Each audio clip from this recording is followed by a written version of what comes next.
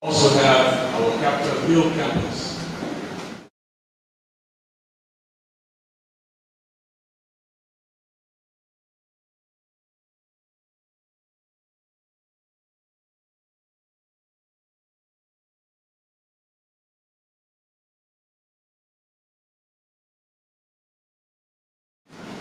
All located the business scholarship in addition. All of our undergraduates.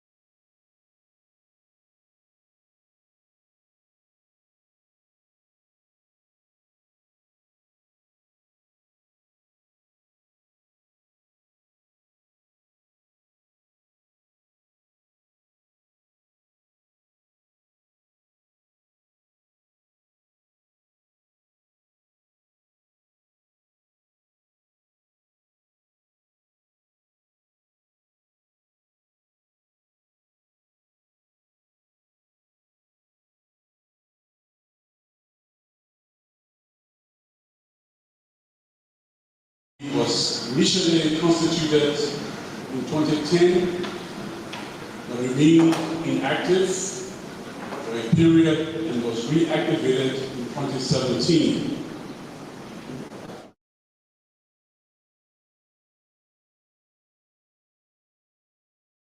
Improve and monitor biomedical, sociological, and behavioral research, as well as educational research, in which human beings are used as subjects with the aim of protecting the rights and welfare of participants.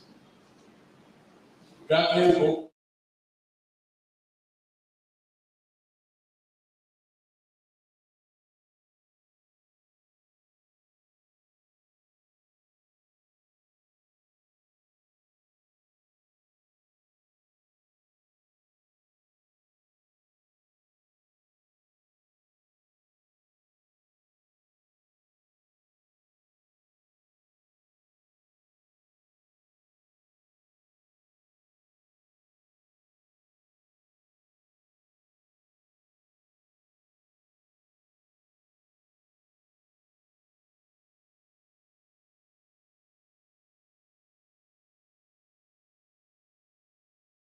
Dr. Stephen Kennedy, our facilitator for today.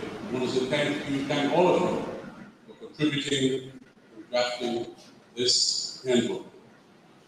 We are also grateful to San Diego University and the United States National Institute of Health for supporting this particular program.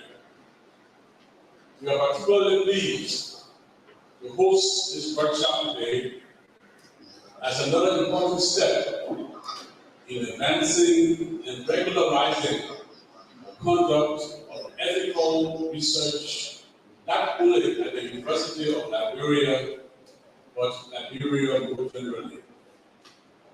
Currently, we are piloting the ethical review and clearance for research involving human subjects for all of our MPH students.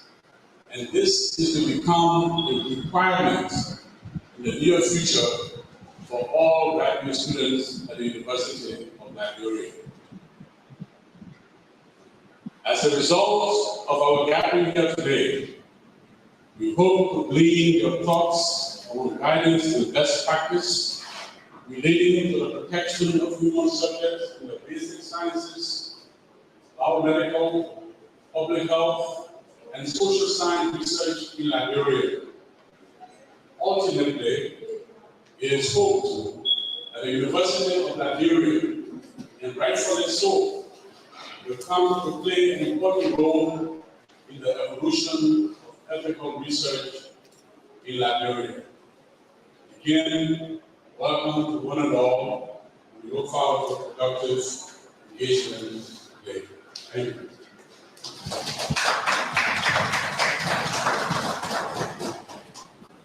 Thank you, Professor.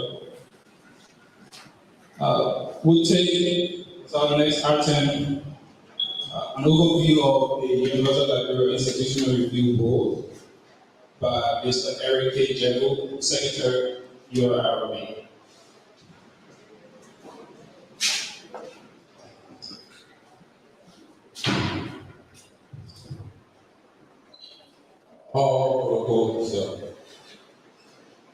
The overview of the University of Liberia Institutional Review Board, ULIRB. In 2017, the University of Liberia took the faculty senate and approval of the Board of Trustees approved the University of Liberia Institutional Review Board, ULIRB. The primary objective of the board is to provide guidance to persons and institutions interested in research activities concerning the protection of human subjects in medicine, public health, social sciences, and education in Liberia. The board endeavors to sustain the review, approval, and monitoring of biomedical, sociological, and behavioral research in which humans are used as subject to promote the rights and welfare of research subjects. The board was constituted by the President of the University of Liberia with an administrative structure, and these subcommittees are being formed to review, monitor, and improve research protocols in Liberia. The three subcommittees are the biomedical, sociological, and educational. The ULIRB currently collaborates and partners with the National Research Ethics Board and the University of Liberia Pacific Institute for Research and Evaluation, ULIRB, as well as international partners to promote the protection of humans, research ethics, research integrity, and the responsible conduct of research in Liberia. The National Research Ethics Board and REP, the University of Liberia Pacific Institute for Research and Evaluation, and the John F. Kennedy Medical Center IRB currently serve as the primary IRBs in Liberia's biomedical research community. The establishment of ULIRB has begun to promote the shift as part of institutional capacity building efforts. The ULIRB has begun the review and approval of biomedical research protocol submitted by students, faculty, and affiliated researchers from the School of Health Sciences and Liberia University. The ULIRB is fully registered and has obtained the RORG number and FWA number. This draft handbook validation workshop today is part of a series of activities supported at the National Institute of Health through Liberia University Medical Center aimed at strengthening research ethics and the conduct of responsible research in Liberia. Our next step will include providing research ethics training to faculty members and partner R&D members and foster more collaboration and partnership in advocating for responsible research activities and research protection in the conduct of research in Liberia. Thank you.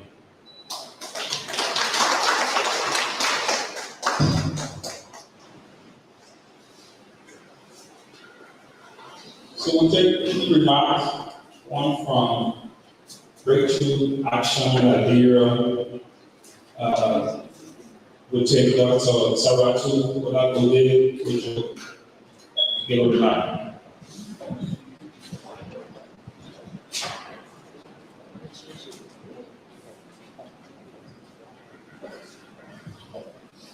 Thank you, and good morning, everyone. Breakthrough Action Liberia is USCIA's innovative social and behavior change intervention, implementing social and behavior change activities here in Liberia. In the past 2 years since Breakthrough Action started, we've been able to support several research studies here in Liberia. Some of them being a WASH study, which had a rural sanitation component and a peri-urban water component. We also supported a baseline study that looked at baseline behavioral indicators in the target population in several countries across multiple areas, health areas including malaria, maternal and child health, reproductive health, WASH, rural health security issues around infectious diseases transmitted from animals to humans. And then we were also able to lead the first malaria behavioral study for Liberia. We were able to achieve this with close collaboration with local research firms, as well as the People High Institutional Review Board. So it's a big pleasure for us to be here, to be able to support the University of Liberia Review Board and to validate the handbook. Because this is, it influences a lot of the work we do and will contribute to additional research that we conduct to determine interventions that we implement. So thank you very much for the invitation, and we're excited to be here and looking forward to very fruitful deliberations as we go along the way.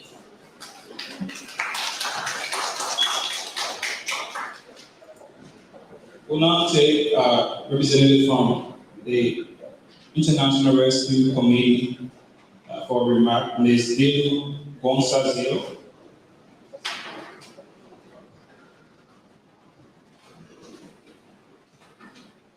Thank you. I was hoping that Saratu would have done it for all of the NGO partners, especially for ULIRB and the IPs.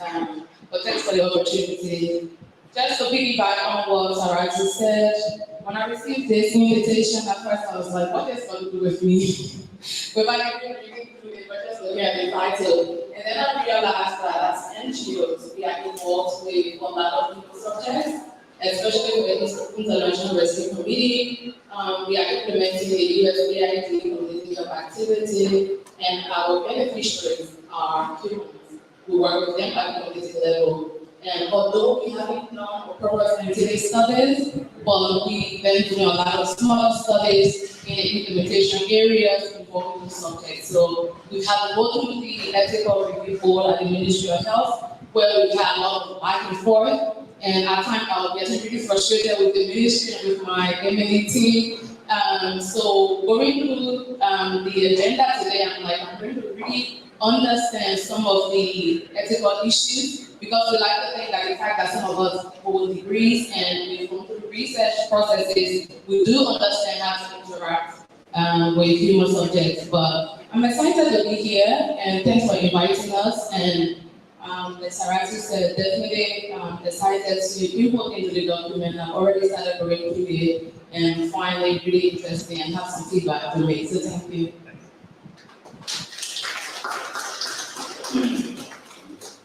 Thank you for that. We'll take Dr. Dilu, CDC Liberia representative.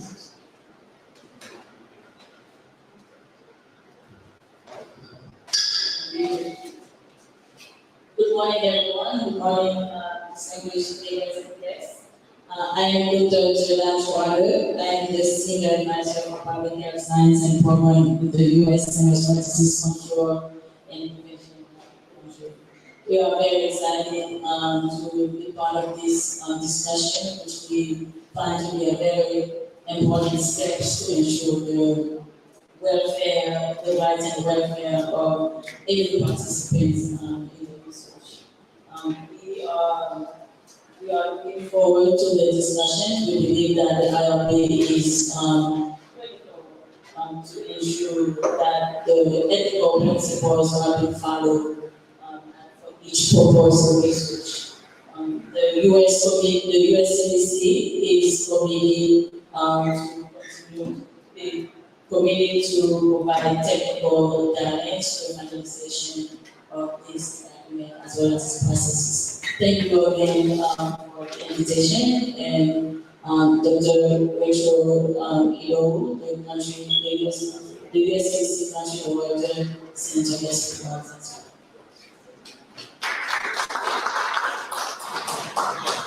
Before we take our last remark, I just wanted to say that after the last remark, we all will go right outside in front of the building for a group picture.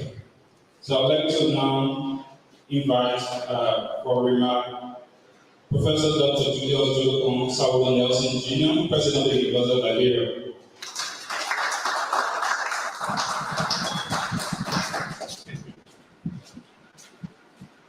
Professor Jonathan C. Taylor, our Vice President of Graduate Studies and Research, Chairman of the University of Liberia Institutional Review Board, Dr. Bernice Dunn, our Vice President for Health Sciences, Professor Stephen Jugwe, our Associate Vice President of Academic Affairs, representing our Office of Academic Affairs, Deans, Administrative Directors, our consultant, Dr. Stephen Kennedy, partners, facilitators, participants, members of the fourth estate, distinguished ladies and gentlemen.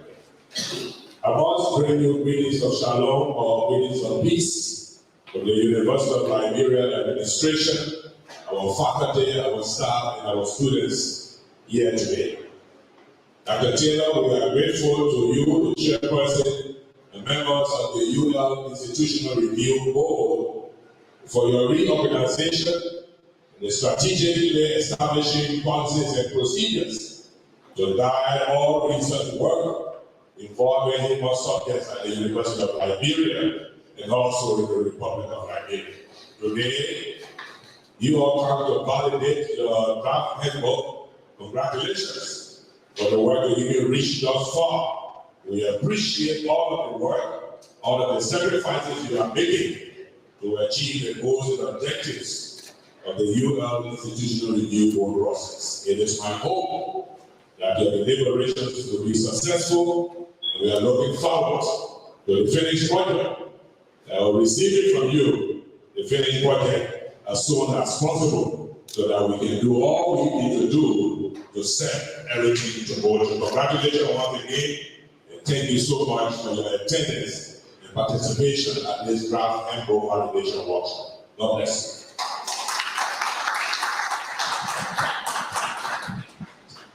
So like I said, can we all just make our way outside from the entrance for the photo, and then have to return for the second half of the program, right after the photo.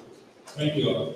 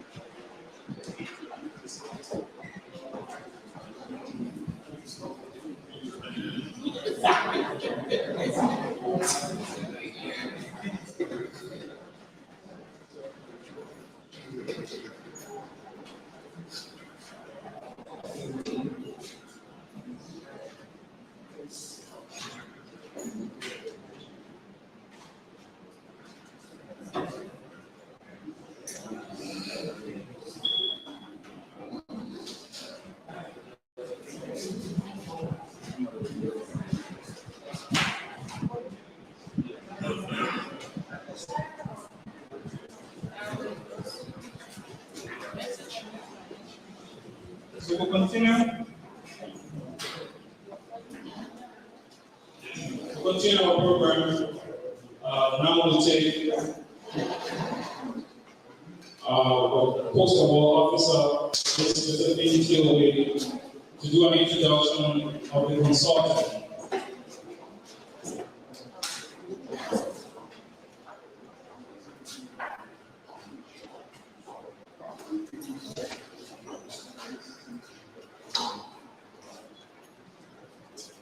Good morning, everyone. The task of introducing the consultant and facilitator of today's workshop is a great privilege. I see it as a man of great accomplishments who has made significant contributions within the arena of global health in and out of Liberia and possesses a wide range of experience in research ethics. He originates from a very humble background with significant passion for cultivating, promoting, and sustaining human growth through collaboration, networking, mentoring, and empowerment. He is academically trained in general medicine and public health from the Republic of Liberia and the United States, respectively. Our consultant is professionally trained in infectious disease, epidemiology, behavioral and clinical research, research ethics, international global health, and biomedical research from extensive participation in numerous domestic and international fellowship programs.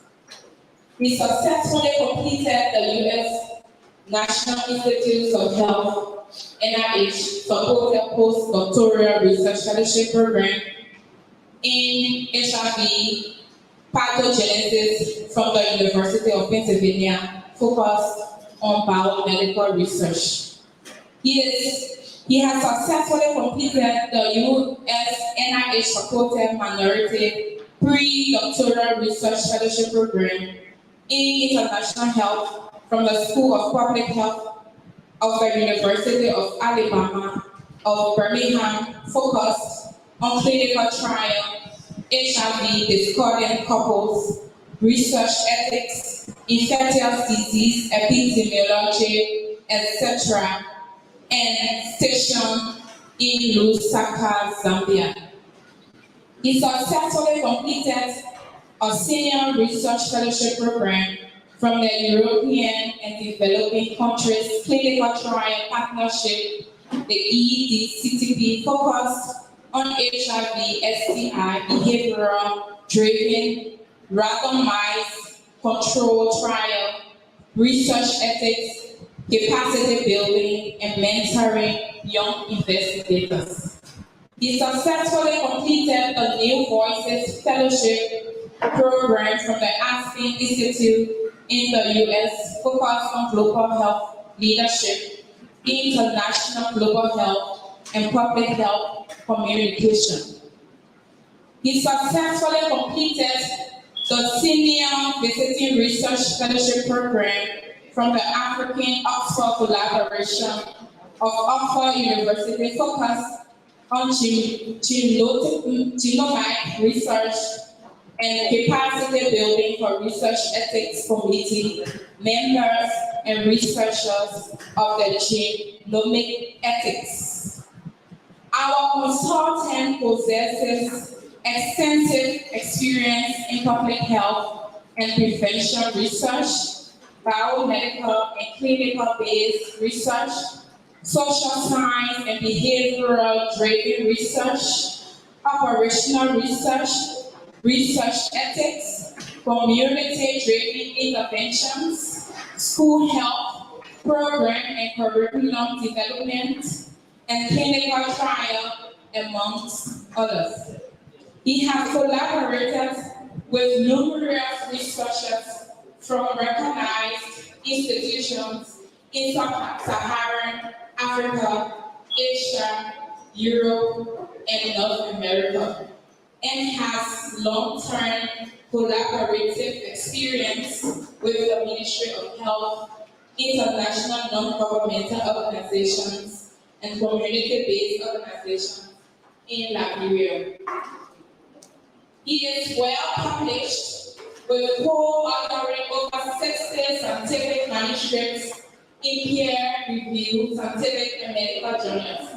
Co-authored a chapter on adherence to antiretroviral therapy in an HIV and AIDS resource book on adherence to the antiretroviral therapy.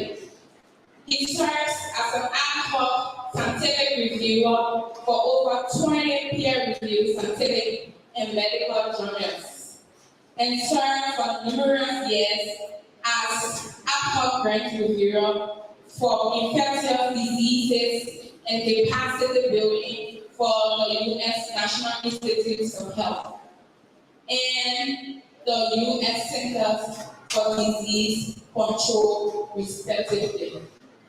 Our consultant is a fellowship of the Liberia College of Physicians and a fellow of the West African College of Physicians.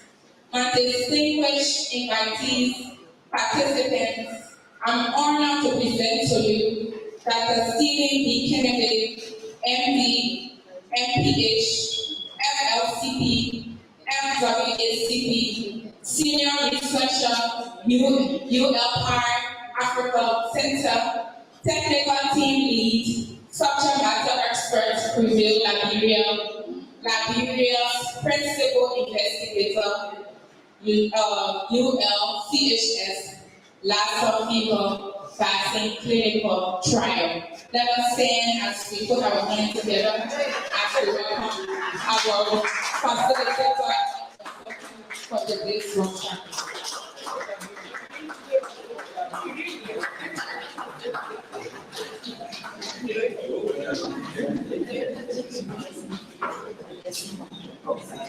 Please have to sit down.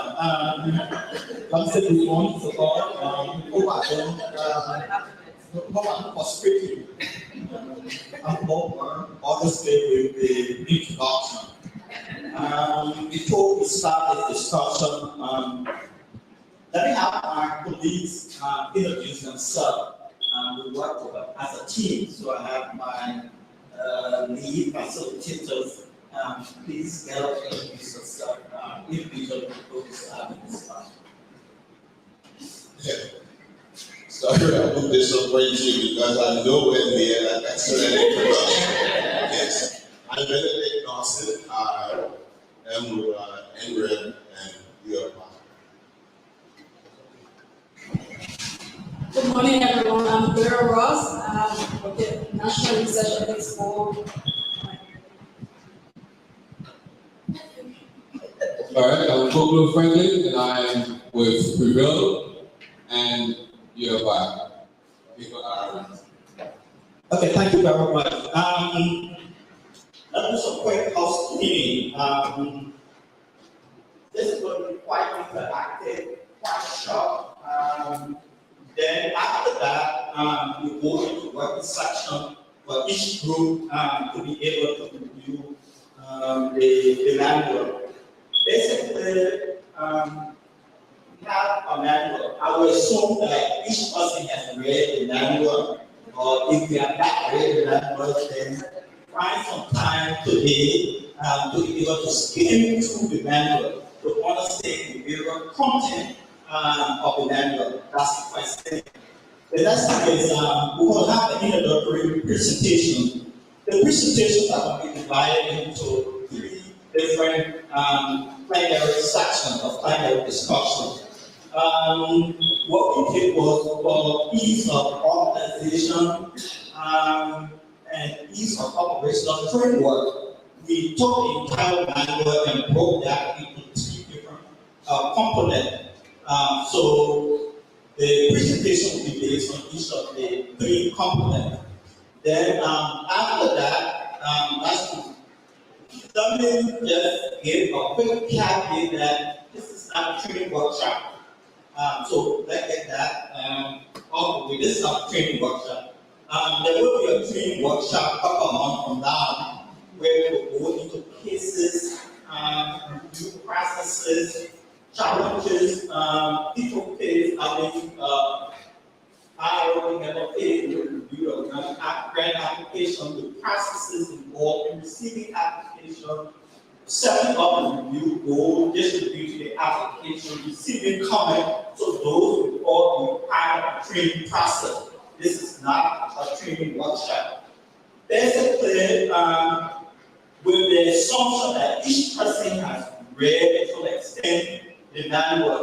So we will go through a thematic discussion, briefly outlining the key ingredients of each of the subtopic. So to introduce that, so that forms part of the introductory presentation. I'll take maybe by an hour and a half. Then after that, I guess it's been lunch break, depending on how the schedule goes. Then we will have group work. We will divide into 3 different groups. Group 1, group 2, group 3. The 3 groups will parallel the 3 plenary discussion or the 3 plenary presentation. So, plenary presentation number 1, those assigned to group 1 will be responsible for plenary presentation number 1. You have the various topics in the guidelines that you are to discuss. Then the same with 2 and the same with 3. In each of these breakout sections, what we expect is that go through, select a chair, select a repertoire or whatever, then go through the manual based on your section. After you've done that, identify key issues with your component of the manual. Areas that need clarity, areas that were inadvertently left out of the synthesis of the manual, areas of importance that may have been overlooked, terminology that need further clarification. So those are the issues that are very ambiguous. So those are the issues each working group should look into. After you've done that, then we will converge. I'll take about an hour, then we converge. After we converge, there will be one person from each of the group to present. That is quite crucial because we will take the comments from each of the working group, and those comments will be integrated into the guidelines, and that will become the revised guidelines that will be validated and used for the University of Liberia institutional review board. So basically that's what it is. Then after the bigger group discussion, we're going to have an open discussion where, things you're not sure about, questions you have, some of the challenges you face, then we'll go into that. So the presentation is about such that I would just, the introduction for me was too heavy, but I'll just give the introduction, then my colleagues will take over the presentation. So I guess the basic question is, why are we here? Why Professor Taylor invited you? Why did you ROD invite you? Is this some, into maybe have lunch, have breakfast, lunch, and maybe get out here? No, obviously we keep looking at Google at the guidelines that will govern the practice of research ethics. Okay, so basically this is the overarching goal of NPA. In every institution, you have to have system, you have to have structure, and to form the framework for compliance. So the overarching goal obviously to create an operational foundation where there should be a systematic mechanism to be able to understand the framework that guide research ethics. The bottom line, how do we respect human subjects that are involved in clinical research? How do we protect rights? So that's the basis here. The rationale, you see 3 different things here. The first is global context. I'm not going to go through this. I don't want to look at.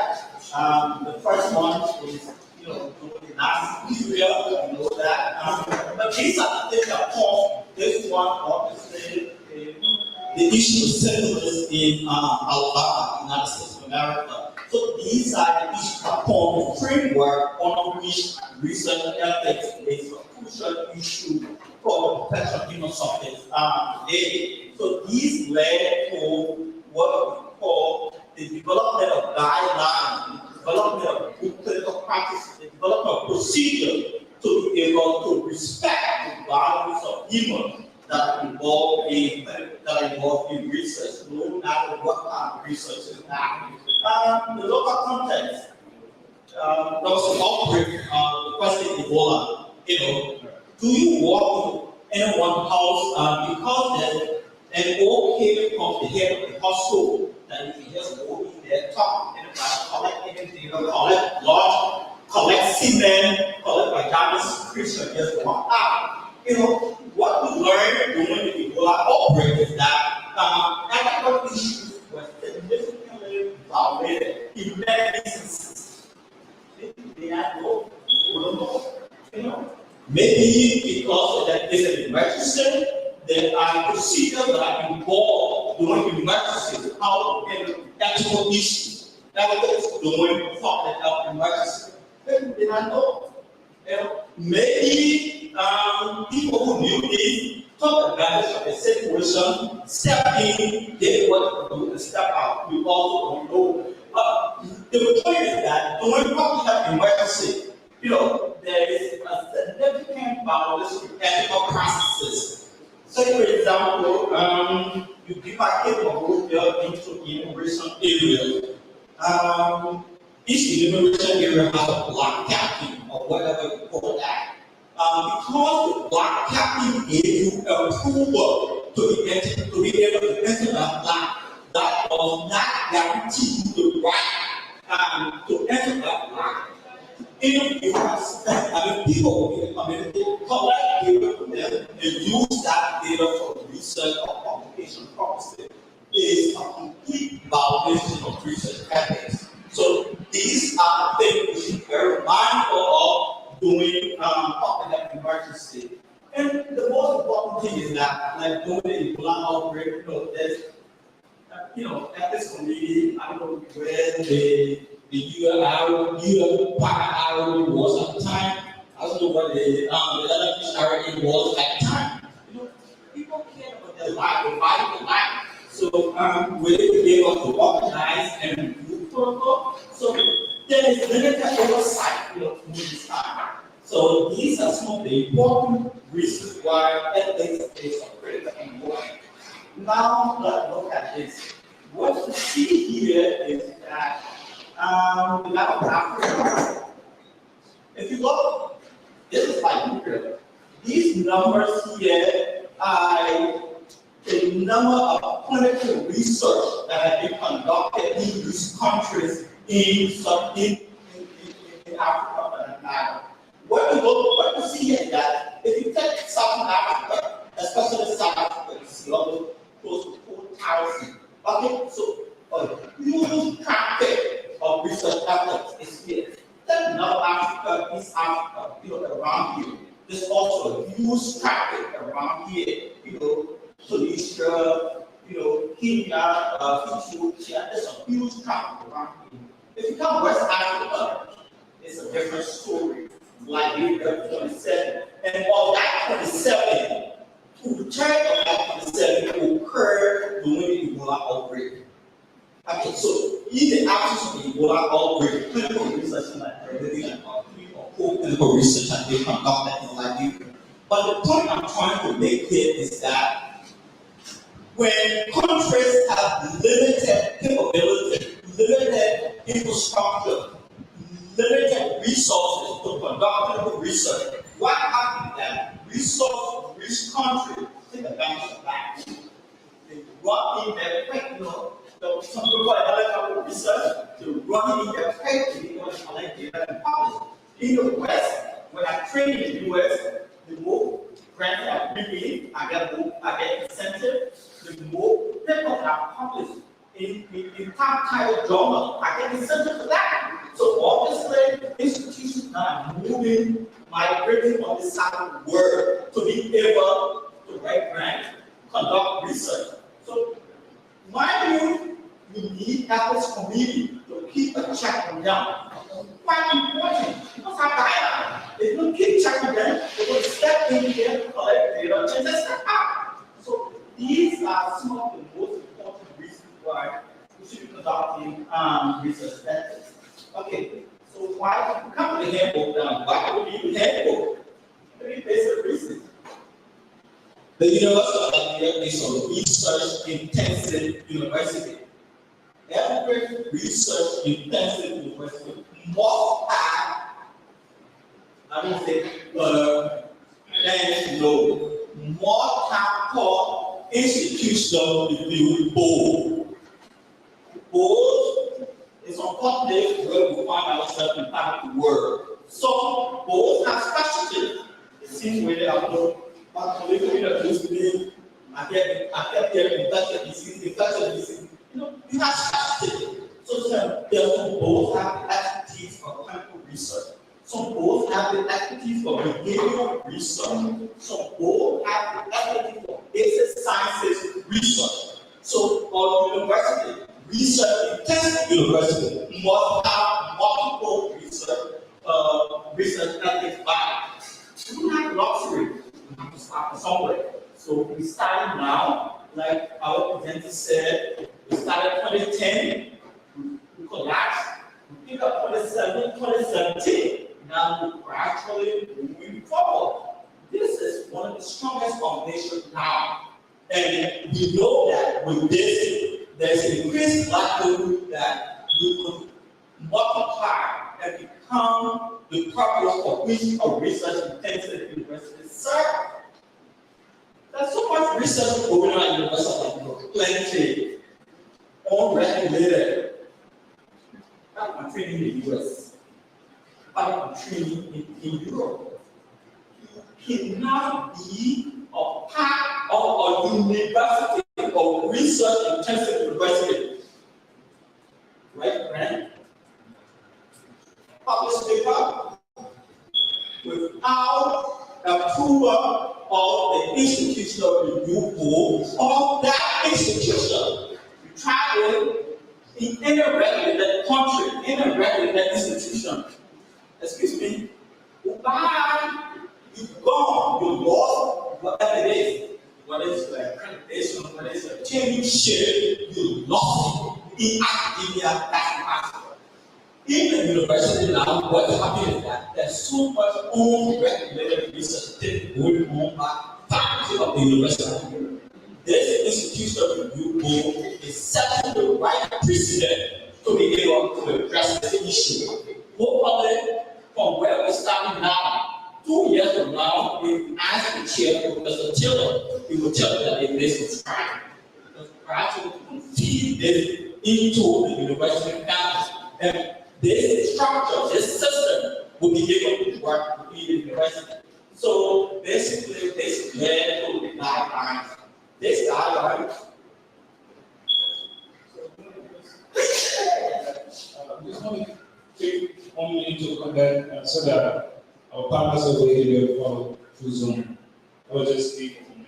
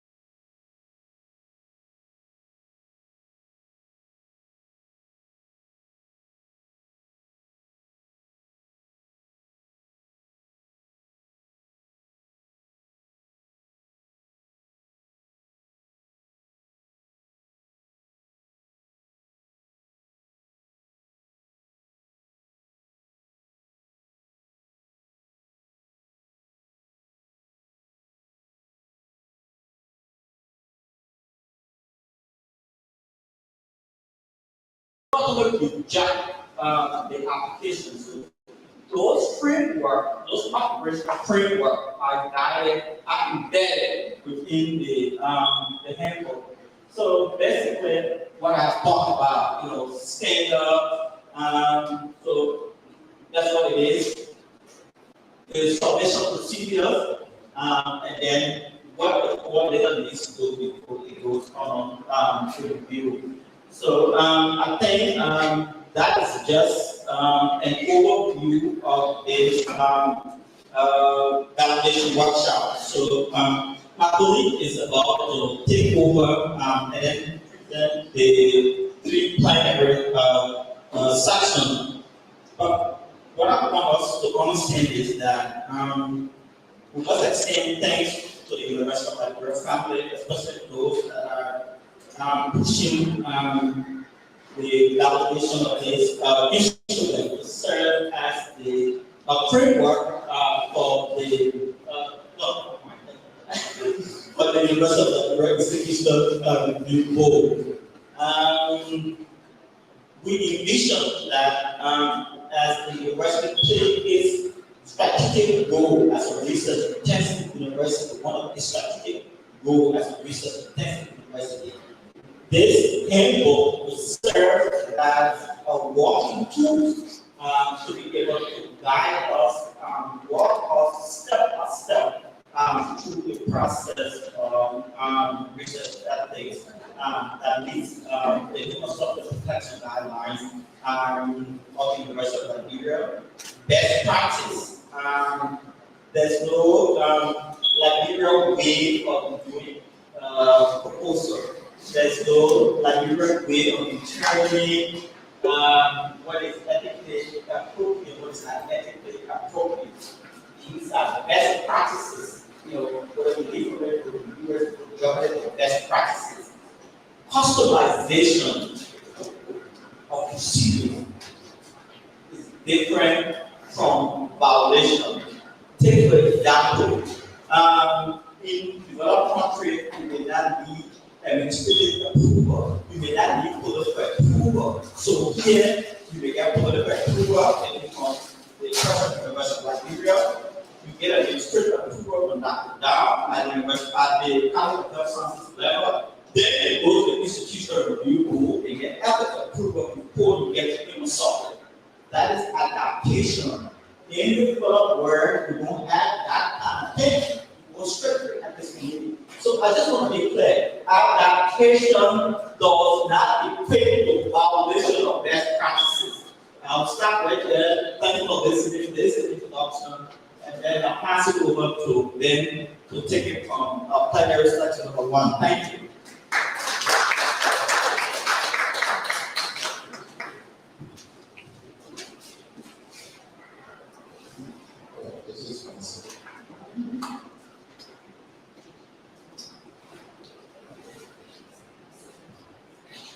Good morning. I'm Benedict Dawson, so I will be facilitating this session. Everyone, and my colleagues will join me later. So basically, this is focused on the manual now. So we're looking at content issues in the manual. And what's important now is I want to give an overview of some of the very essential parts, chapters or modules in the manual. And when we have the opportunity to go into the breakout session, that is when we want you to be very thorough about everything.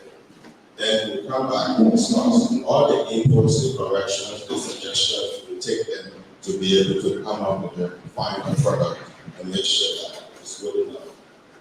Dr. Bailey talked a lot about why the ethics board and why the manual.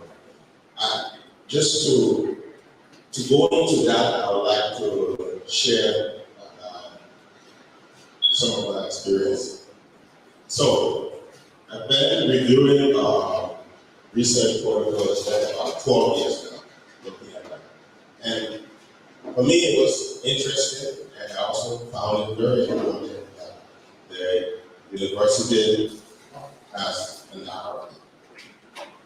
And I said one study I came across before. It was a study that involved several universities right here in Liberia. And this study was a psychological study. It required participants to recall past experiences of the war.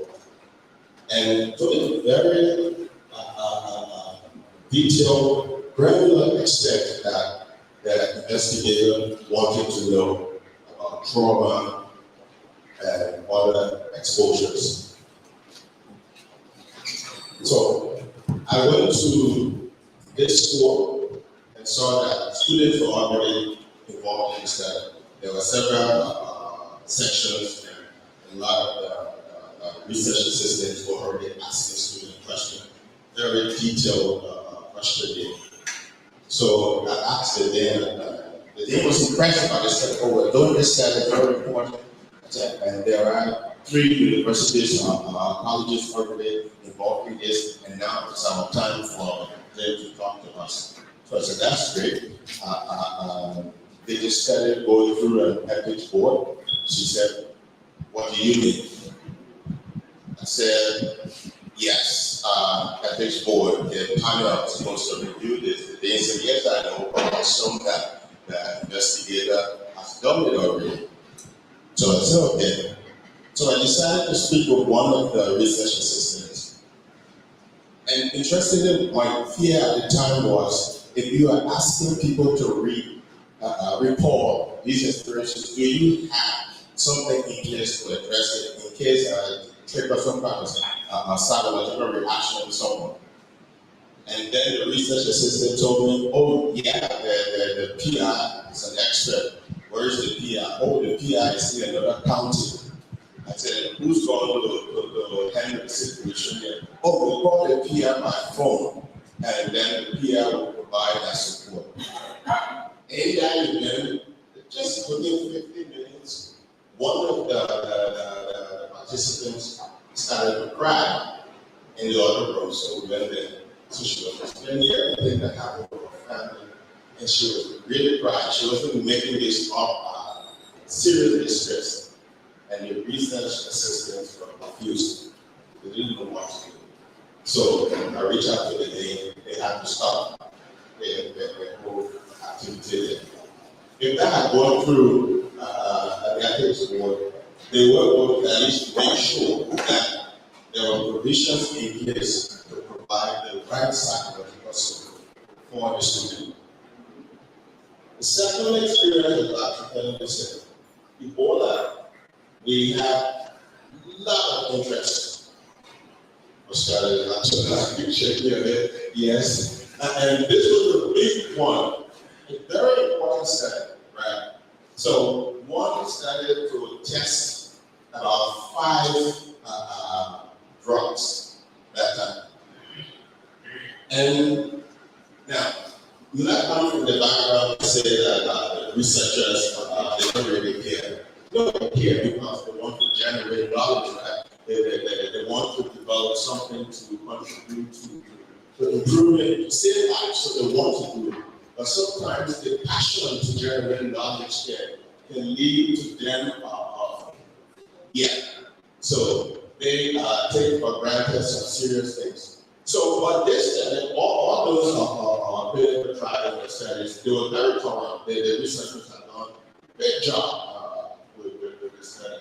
So testing 5 drugs at the same time raised some issues for us. So one question we asked us, whether the study had been previously reviewed, whether it had an FDA approval. And yes, it was. So the lesson from this I will tell you is, when you do international study, you want to make sure that it was done before. And if you have the opportunity, if the person who investigated can provide, let it provide on that approval. Because yes, they had this approval, but the FDA was clear. First of all, this was a blinded study, double-blind study. the FDA was clear that only 4 of the drugs could be tested. Because one of the drugs had contraindication in pregnant women. And this study was including all participants, right, including pregnant women, double-blinded. So I know anytime if you were offering the drug and you don't know if you get one, how would you tell if one of the drugs landed after a pregnant woman? So the FDA said this drug, no, don't use that one. But somehow the drug was there. So that was another one. And let me say the last one, really I want to talk about had to do with the study for retroactive approval. The study was done good organization, big one, great intention. Went through, collected data, interacted with the subject, and everything ready. Until they were about to publish, then they realized that they couldn't publish because they didn't have approval. Then they came back, can we get approval to go on? No, but this is not how it was done. So, you think that many studies that are happening are while the figures will be low or the line. And the disguise that sometimes these things go on is that they are meant to improve program. Okay, people will make an excellent argument about the public health research and the public health non-research activity. Now, the former you say yes to generate knowledge and to contribute to a generalizable conclusion, right? With the intent to improve public health practice. The latter will be to improve a public health program or to prevent or address public health problem. So, in this, you have to be able to lead that determination to the IRB to say whether the study is not research for which you can say rank waiver or so.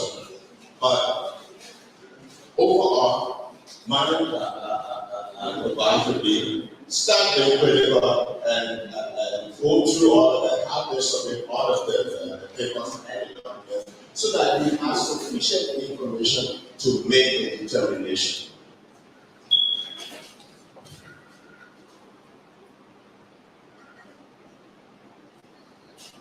In the handbook, it's clear about the procedures. Now, the procedure are much detailed than this, but these are just the 4 main ones to stress. So as you look in the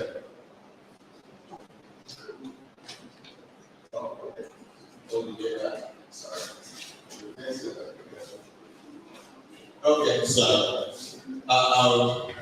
ethics and science.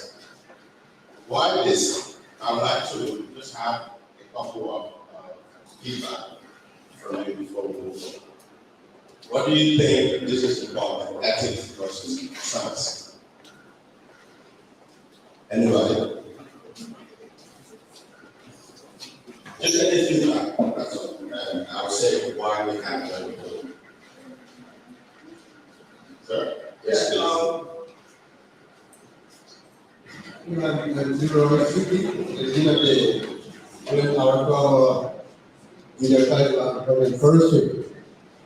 when we look at ethics versus science, we think that scientifically what is being known is feasible, but ethically it will cause problem. So there's a need to consider whether to react before you can go to it. If you don't do it, you're going to have problems. Yes. Thank you very much, sir. So, as an RFP, this is the question that most investigators will pose to you. Some investigators will try to put you in your place. They'll try to say the RFP should not be focused on the science. The place of the RFP is to look at the ethics. Now, that proposition, you have it.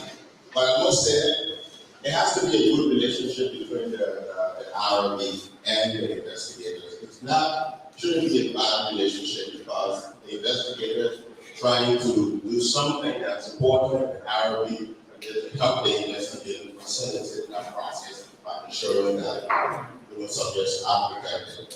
Now, clearly, you know that bad science is relatable. So what you will be asked or expected to look at the ethics, whether this research is doing harm or good, to what extent, what are the measures in place to reduce potential harm to a participant, whether they have been respected, informed consent, justice, all of these things you're looking at. You also have to look at the scientific merits of this study. Because take, for instance, an investigator once looked and said, asked the question, are you questioning the efficacy of randomized controlled trial? In the review. And the essence wasn't whether randomized controlled trials are effective or efficacious or not. That wasn't the point. The point was, is it the best design for this study? Is it? And from the structure of the particular study, it wasn't. There was no need to use an RCT for something that has already been documented and proven. So you have to look and think about the science as well. So don't just be carried away by the ethics, because if you are carried away by ethics, then some of the questionable aspects of the science they go in and you overlook. So for this point, the first section, these are the things that we want to look at. And this is how the groups will be split. So this will be one group. There will be 3 sessions, right? So this group will look at, in this session of the model, the class projects, the different types of research activities that the ethics board is expected to look at. Then exemptions, what constitutes exemption in the study, when you can say, okay, what a low risk or minimal risk, or as described in the model, what do you need to do? How should they present it before you can exclude that? Expedited studies, what constitutes expedited studies, whether it is minimal risk, and how the reviewer or the coordinator is going to conduct the initial assessment to determine these things. Then full review, what constitutes full review? There is a statement, confidentiality policy statement by the university. I think that needs further look to see whether this statement really encompasses the national vision of the university as it relates to research and ethics. Then definitions. So key definitions about research. Look at that. The scope. The scope really defines the extent that the ethics board covers. For instance, like who are the targets of this? The student, researcher, faculty members, partner institutions that are working with the university, whether the research is resident at the university or another place, and whether even if it is with another university, whether a university faculty member is part of that research, and you would agree that the other university will have its own ethics, ethical guidelines or so to govern the practice of research. But as much as they do, that does not mean that the researcher or the faculty who is a part of the university should not follow these guidelines. These guidelines are still binding on the university faculty, no matter which other group he collaborates with to conduct or she collaborates with to conduct conduct research. And the responsibilities here is spread out from the university, the director who's in charge of the department. What is the director's responsibility? The responsibility of the RRB chair, the responsibility of the principal investigators. So these are the key parts in this session, and we'll expect that when we have the break, for you to go through them and then give us feedback to be able to improve them. What's important here, at least to understand when a study is eligible or qualifies for any of these, what is the class project, it should be exempted, expedited, or brought forth to full board. It's based on the initial review of the coordinator. So the coordinator is going to take that, look for completeness of the package. There will be a list of things that we expect that each and every investigator to provide. One would be an application letter. So basically a log letter from the PI wanting to do the study. Then we need to have a template. And the template is good. I don't know if we have available templates now, but it would be good that a template is really customized to the need of the university. Because it gives you the investment, the coordinator, the first opportunity to really scan the study. And the template covers all the key areas in the protocol, like particularly areas of risk and benefits, the safeguards that's in place, the selection process to address the issue of justice and informed consent. So they have to go through that. So the coordinator really looks to see if all of these things are clear. And based on the assessment of that template, the coordinator can say, oh, this study I should be exempted from review because there is no risk I see in this study. And but again, according to the Handbook, that decision also has to be confirmed by another IRB member. Why the investigator will do that, the coordinator will go through it and find it to be of no risk, that it has to go to another IRB member to look at that and say, yeah, I concur with this decision. And the same thing, if it is a study that should be expedited, that means that the coordinator now will pick just the subject matter experts here to say that you quickly review the study because it is a study of minimum risk. So we think that it should proceed to full board. For full board, it means that all the IRB members have to be present. And the quality in this amount is up to 15 persons. So you need a full house for this. And IRB members will have to vote for the decision. Now, that's not necessarily so because some things are obvious that you think the board can reach a consensus and think that hey, we're okay. But when you have crucial issues, it's important for the IRB to vote. So some say that wasn't a decision. At the end of the day, it has to be the decision of the board. So the IRB coordinator, the work of the coordinator will really be the type of because they have to do all of these initial assessments. And you don't want to really bother the board to bring them up every time to look at things that for a study that should be accepted. There's no need for them to come to look at that. And also, you look at the frequency of the board, like how often is the board expected to meet. For now, in the model is that for 1 month, so once every month that the board is expected to meet.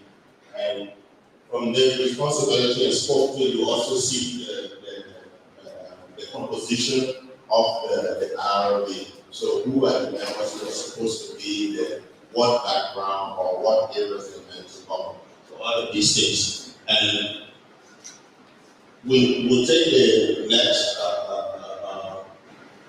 presentation after if you don't have any question or feedback, so that we'll do all the presentations one time, and then we'll come after the break and do the group work. So,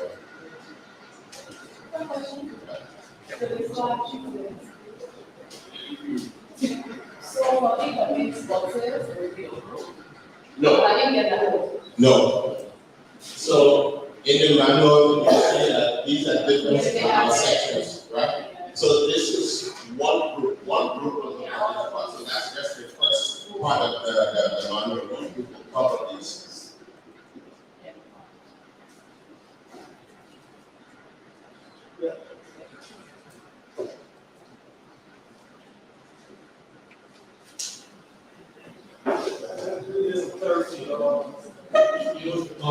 Hospital institutions have ethical review board, and then the university has institutional review board. I want to know at what level or do both boards collaborate? For example, if you are conducting a clinical study at GFK, and then it has one ethical review board, should I see protocol go through the institutional review board at the University of Liberia? How is that collaboration? How is this at this company? Jimmy.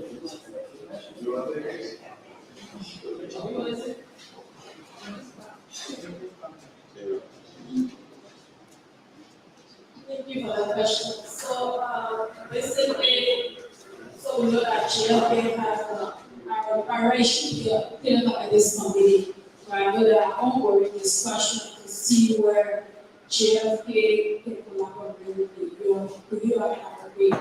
But to your question, so for general, there's a clinical research that we're going to do from a clinical stand, and the GFK will be almost like reviewing from the department, reviewing that proposal, but for if you want a full ethics approval, you have to submit with the university. So the GFK and I approve your research and consider as a for research because GFK doesn't have the FWA, they are not registered. I still the people right there, but so you have to go to a university is set up. Yes, you have to take it on to maybe my police sector. Yeah, Gloria is right. I just want to give a quick example. When I was in the US at the time, there were no consular ROB in Liberia at the time, and I would have grant to come and do some work in Liberia. So what happened is that we had to get an authorization from here that there was an ROB in the US that was used as an ROB of record. It's important because if some institutions require that you have federal insurance, you have the ORG or the RRS or whatever, but these to get this number to show that they have been registered and approved by the Office of Research Protection Human Subject of the U.S. Department of Human Services. ULIRB has that. JFK Clinical Board does not have that. So if it is a grant from an institution that requires an FWA or US government funded private that goes to the US National Institute of Health, if it is reviewed anyway, there has to be an FWA. JFK does not have that. So in that case, like Laura rightly said, the University of Liberia could serve as the ROB of record for the JFK clinical review board. So that's one.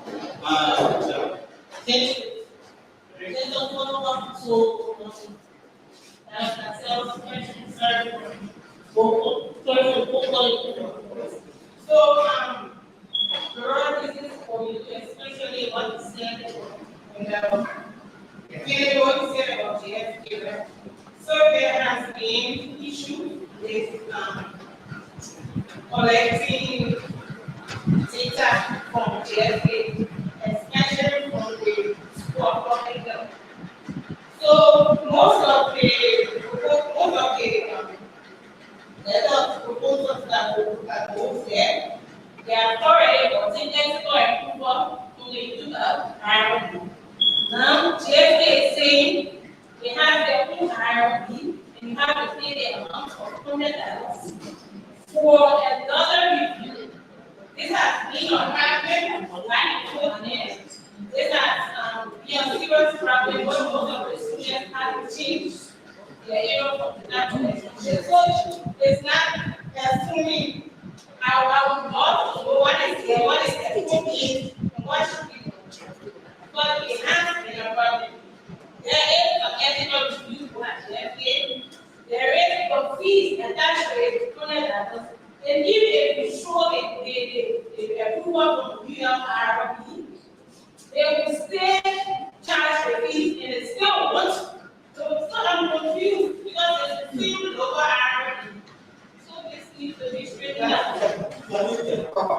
Let me make some clarification here quick before the discussion sweep out.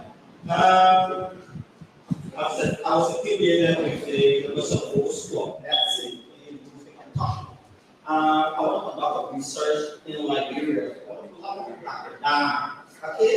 Because I'm a faculty at the University of Oxford, and that's it. I have to get an approval from that IRB before my work can be done in Liberia. In Liberia, before the work is done in Liberia, a lot of people back down, and the University of Liberia has an IRB. That IRB has to review and approve it. Local context matters. It has to be approved because my IRB says has to get a copy of the approval from the University of Liberia IRB. I just want to get that there. The issue, there are two different things, I know, but there has to be, unless there is a memorandum of understanding indicating that the University of Liberia IRB is the IRB of record of the GFK Clinical Review Board. If you have that, then there will be no need for them to do review. But if there is no memorandum of understanding, no documentation, this is a document. The US FDA flag and what is that? 2 months ago or something. They flagged here and in order to find that the whole review process was not done right. Anything that is not done right is not done. So cancel that. So what I'm trying to say, if there is a documentation between them, then it doesn't have to be. But if there's no documentation, then you have to. That's sorry, these are two different things, right? I'm saying it's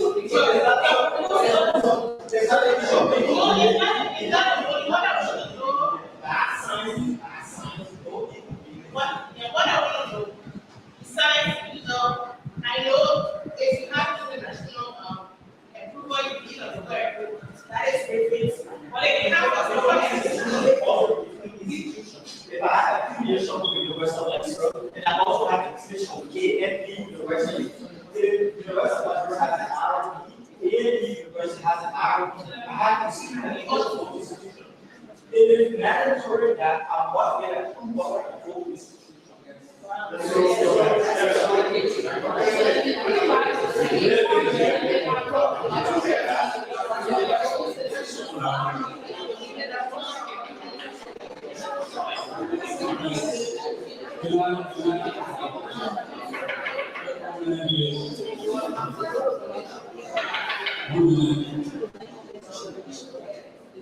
Let me just mention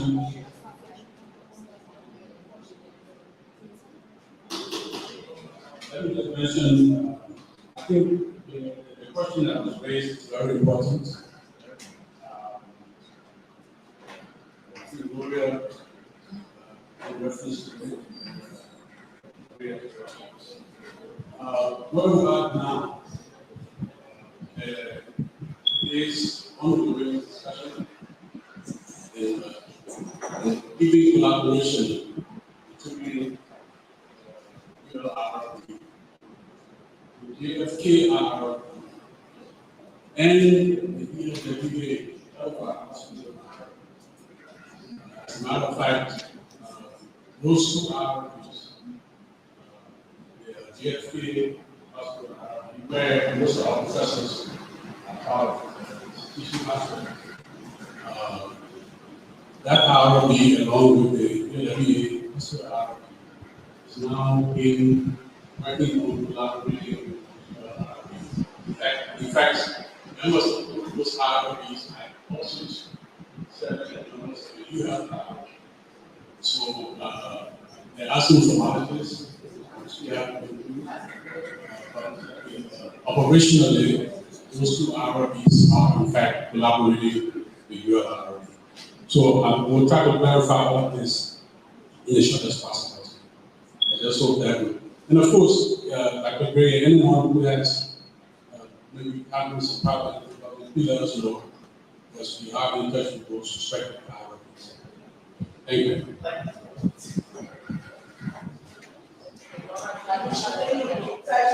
Because it seems to be more of harmonization between the two groups and not a competition. But just a comment. I want to look at I mean, ethics is not. I can see the possibility of specialty IRB plans between the University IRB and GFK. So GFK may require a particular specialty class, even if you have IRB plans from the University IRB. So that's a possibility for us. okay. Hello? Hello? Okay, I have a quick question. My question is directed at the NREC. The question here is there any system in place for harmonizing the local IRB so that you can get a clearance from one that it applies to another as well? Because I think what we have here is quite a confusion that you have to do it twice within the local environment. I think that doesn't make too much sense. Gloria? Yeah, so considering you are right, that's a great question. We're just discussing it. So by right, the National Research Expo has a mandate to regulate local RRBs in Liberia.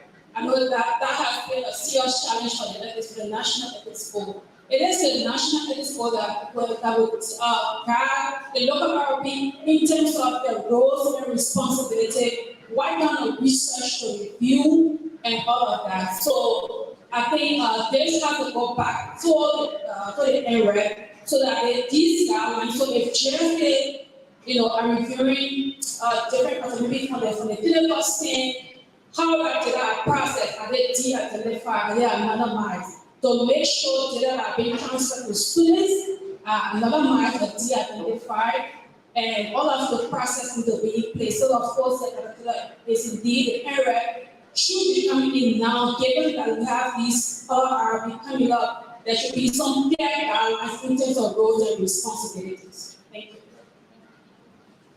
Yes, just wanted, I will not try to repeat what's already said. I do agree with the call for harmonizing all the various IRBs that currently are existing. So my question is for folks like us from CDC or other organizations where if we do carry on any study here, we do go through IRB approval in the States.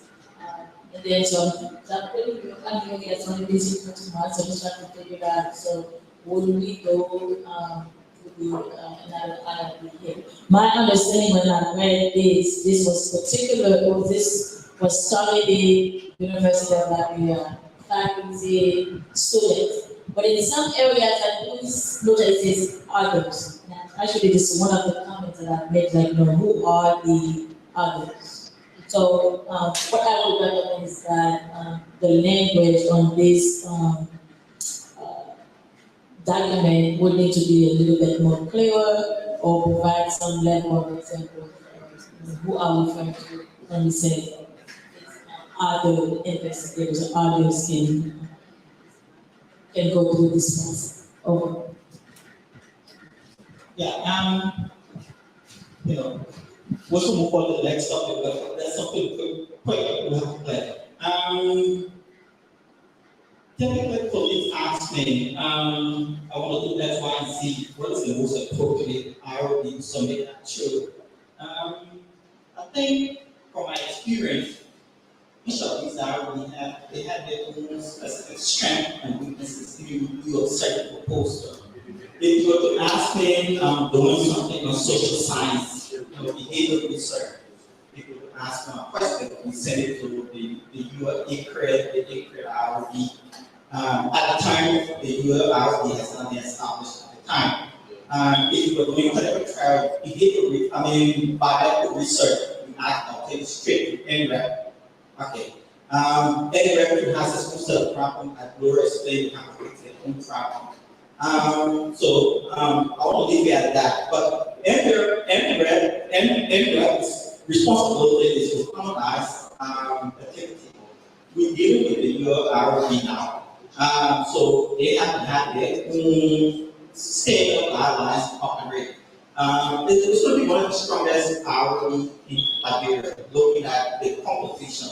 These are all experts in the area discipline. So, what does envision in like distant future? Anywhere we need to play this role by backing off, playing a big brother role. They're always compliance.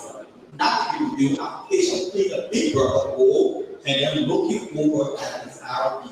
And most of our responsibility are envision to I can see that, transition coming about. Thank you. Interesting conversation. So, some of the things that your IRB will start to handle. Just a few points to that. One is about the collaboration between IRBs. It's important. We have to consider that some PIs go IRB hopping. So they go to one place and they didn't get approval. They think about another place where it is more likely to get approval and they go there. So if the IRBs, and maybe something that your IRB saw for which you did not approve that study, based on that IRB, it's possible that they might not see it. So if there is a good collaboration between the IRBs, that's one place to flag this issue. It's not to stop the study, but to correct it, make sure that the PR does it right. So that's an important thing. And the other point that Kennedy made, it's important about the role of the NREP. Yeah, more of that role to support our IRBs. And clearly the distinction has to be not all the ethics committee will be able or should be able to review all the studies. There are some studies that say, okay, that this committee can look at based on the scope of the entire entity and the specialization on board. But it's also important that even if IRB does not have experts here, there is nothing that stops the IRB from having experts to come and look in. You can have ad hoc experts to come and review and give their opinion, and in the end, you make a determination on the study. So, if there's no further question, comments, then I would like to move on. Gloria?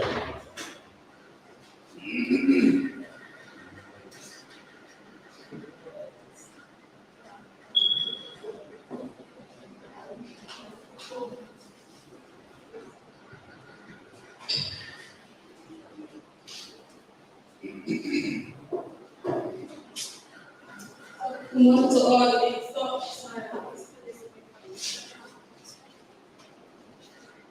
so this section will review, you will take a look at IRB composition, the meetings, informed consent, application process.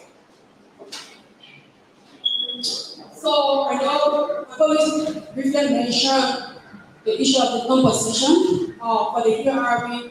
I think the document have 15 members, but 18 of the membership, you want to look clearly not only within the university but outside, because you want to have a diverse view, independent view to make sure that Not every study just be approved because, oh, this one, Department A or Department B.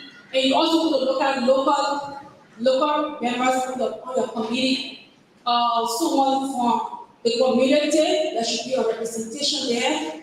You need to have emphasis or emphasis on that committee. You want to make sure you have a religious leader on the committee. So you want to have a lawyer. You also have a scientist. Yes, of course, the scientists will be many anthropologists. So these are the things you need to look at, and if the document is not there, it's something you need to consider as you proceed. On the issue of the meetings, the frequency of the meeting is very important. Sometimes the workload gets a lot, and you find out some board members are very busy with a different day jobs.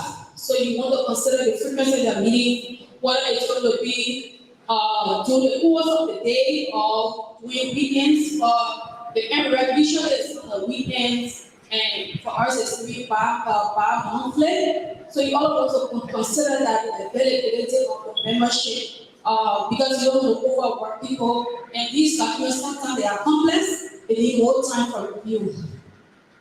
And so the 44 review, they mentioned the issue of full review is key. So there are different types of review. So we have the full board review. We also have the expert data review. Maybe subject matter experts will take on that, and then we one or two persons will look at that document and send it back. And usually an amendment or continuing review. So that has to be done for the secretary state, where they're going to look at the document and see whether it constitutes a full board review or for a review. And there are rare cases for that. Usually it's important that you have the group of the members on that. Look at informed consent. This is one of the complex documents that needs to be reviewed on the ethics committee, and it's a lot of process. So it's not just being from the clinical scene, you just have one or two sentences and then it's checkbox. No, the informed consent has to be detailed. So what is the ULIRB part? The ULIRB looking for in the informed consent that has to be outlined in your document. So for a researcher will have done the research and see the guidelines, they will see exactly what you require for them and how they proceed, so that when you look at your checklist, you're going to see the structure of the setting, you're going to outline the risks and benefits for that setting, you're going to see the data sharing platform they're going to have, you're going to see the community engagement strategies, you're going to see how that's going to be stored. All of those basically has to be outlined in the informed consent document. Project application. So there are different kinds of applications that's going to come your way. They're different for research. So the secretary will look at those different. And sometimes some of the researchers they are very prepared, but they're going to submit the several RFPs because we want to refuse them, and so they're going to move on to the next. So that secretary needs to take a key attention to those things. So the board decision action, these are critical part of the ethics committee role. In terms of decision, a decision has to be free of any form of influence or free of any form of maybe this person is the president research, we want this money from this partner, so that force, yes, that's what we approve it though. You want to make sure that every member of the team on our committee has a say. And so sometimes there are two types of decision making. You have to look at the voting aspect, also the consensus. So for the NREL, we use the consensus when we go around the room. If there are dissenting opinion, then of course that has to go back to the researcher, the PR, and they have to address those concerns. They're going to come back to the ethics board. It's going to go around, and if that is clear enough, then of course the chair cannot move forward. So that's very important, and that the chair make all of the decisions and say, oh, so once you know we're moving forward, this is the interest of the university. So yes, let's go ahead and approve it. No, there are processes. Every member of the team voice have to be heard, decision have to be made in another state, and not just one group of people. Continuing review is important as an oversight institution, IRB. So it's annually. You want to make sure research that on your mandate are coming back. So some people just approve and be done. You should be able to come back to the ethics board. So we hold PIs accountable for research that's ongoing. If you think that research not meets up with your targeted population, you need to report that to the ethics board. You need to come back on an annual basis to say, oh, this is what's happening, with file pricing, X, Y, Z. So you would get a ethics board department annual update besides the regular visit at the different sites. Where this research people attend, you want to make sure that you have update of all of the research that you have approved. Make sure that is there, and also RP considerations. We need ethical considerations. What do we look for? What are those ethical issues? And you know, and so usually we have this checklist. What are those things? Maybe they are using, for instance, if a researcher will use one group of people, maybe HIV compromised community. You just want to use them all of the time. What are the is it science, right? Or what are the justification for those things? So those are the things that this committee should be concerned, because as an ethics committee, you are the gatekeeper. A lot of these people, our country of course, Liberia, are not research educated. So we serve as a gatekeeper to make sure that we ask those hard questions, those questions that are comfortable. Because if those questions are not asked, they set the pace, researchers will feel that they have a goal and they can do anything with the people, because they don't have, because not many persons have patience to read those, maybe 10 page consent document. All they want is to sign. So in signing that document, they don't understand some of the risks. What about the benefits? What are the outcomes of those that are being collected? Who's going to store it? Who's going to have access to that? So these are very important things that the ethics community will pay keen attention to when we are reviewing different research proposals. And sometimes research that they are crafted, they will just come with the issue of amendment. What is on that amendment? They will say, oh, we just have a change big modification. But trust me, you have to go details into that document, and you're going to find some things that are very interesting. So there are a lot of processes, and hopefully we'll go through the document. Maybe we'll do the workshop. We'll go more details into some of the things as an ethics committee that you should look out for, and how you can continue to protect the rights and welfare of human subject and research. All right, I will start if there are questions. Okay. Thank you very much. Questions? Feedback?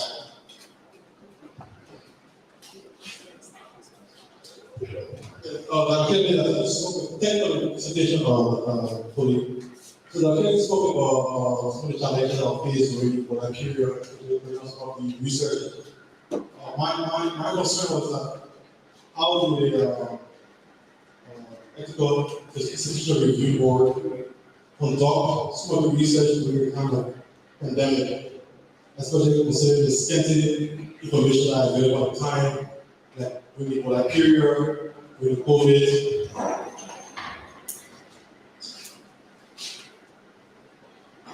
That was the question. Yes. The question was during pandemic, especially for example, the Ebola period, the COVID period. There are a lot of research going on in this program, some of the challenges.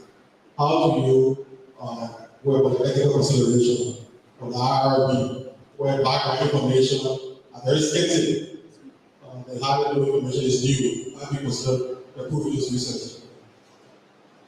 So like I mentioned, not every proposal that is submitted as obtain its approval. Because sometimes some of these research we had, so we want to work on the team, when the gas team that was submitted.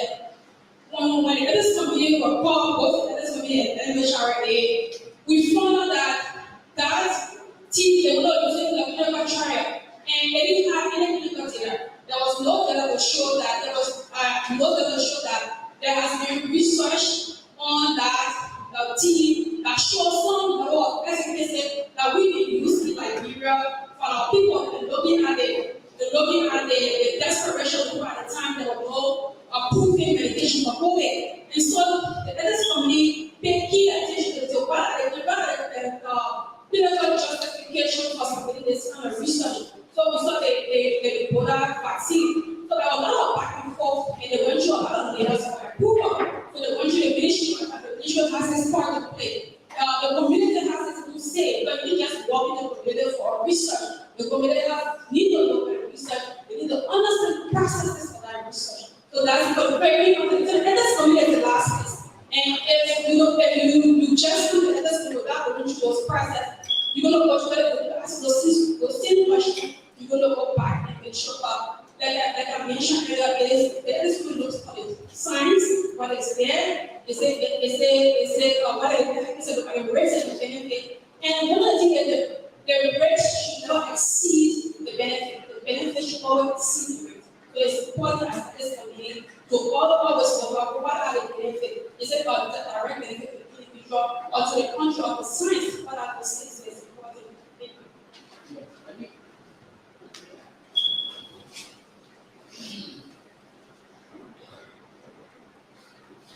All right, so let me then make an addition to what we already said. So the question that Councillor asked, especially during the Ebola era, and I can tell you for a fact, during our period, there were structures in the place. There were some level of expertise when it came to conducting ethical review in Liberia. So the information was out there. So researchers or PIs that knew what best practices were scooped the internet, and they were able to find a few names in Liberia, including Nigeria and others. Now, what happened was that it was unprecedented. There were a lot of meetings in Geneva, and the question was, do this country have the capacity to review a thing like Ebola? You know, that whose fatality rate then was around 7%. And what happened was that there were a lot of conversations, both online and in country. Now, the issue of ZMAP, we all remember ZMAP. So Dr. Bolingari, CDC was here in Liberia then. And because of the death rate, Liberia had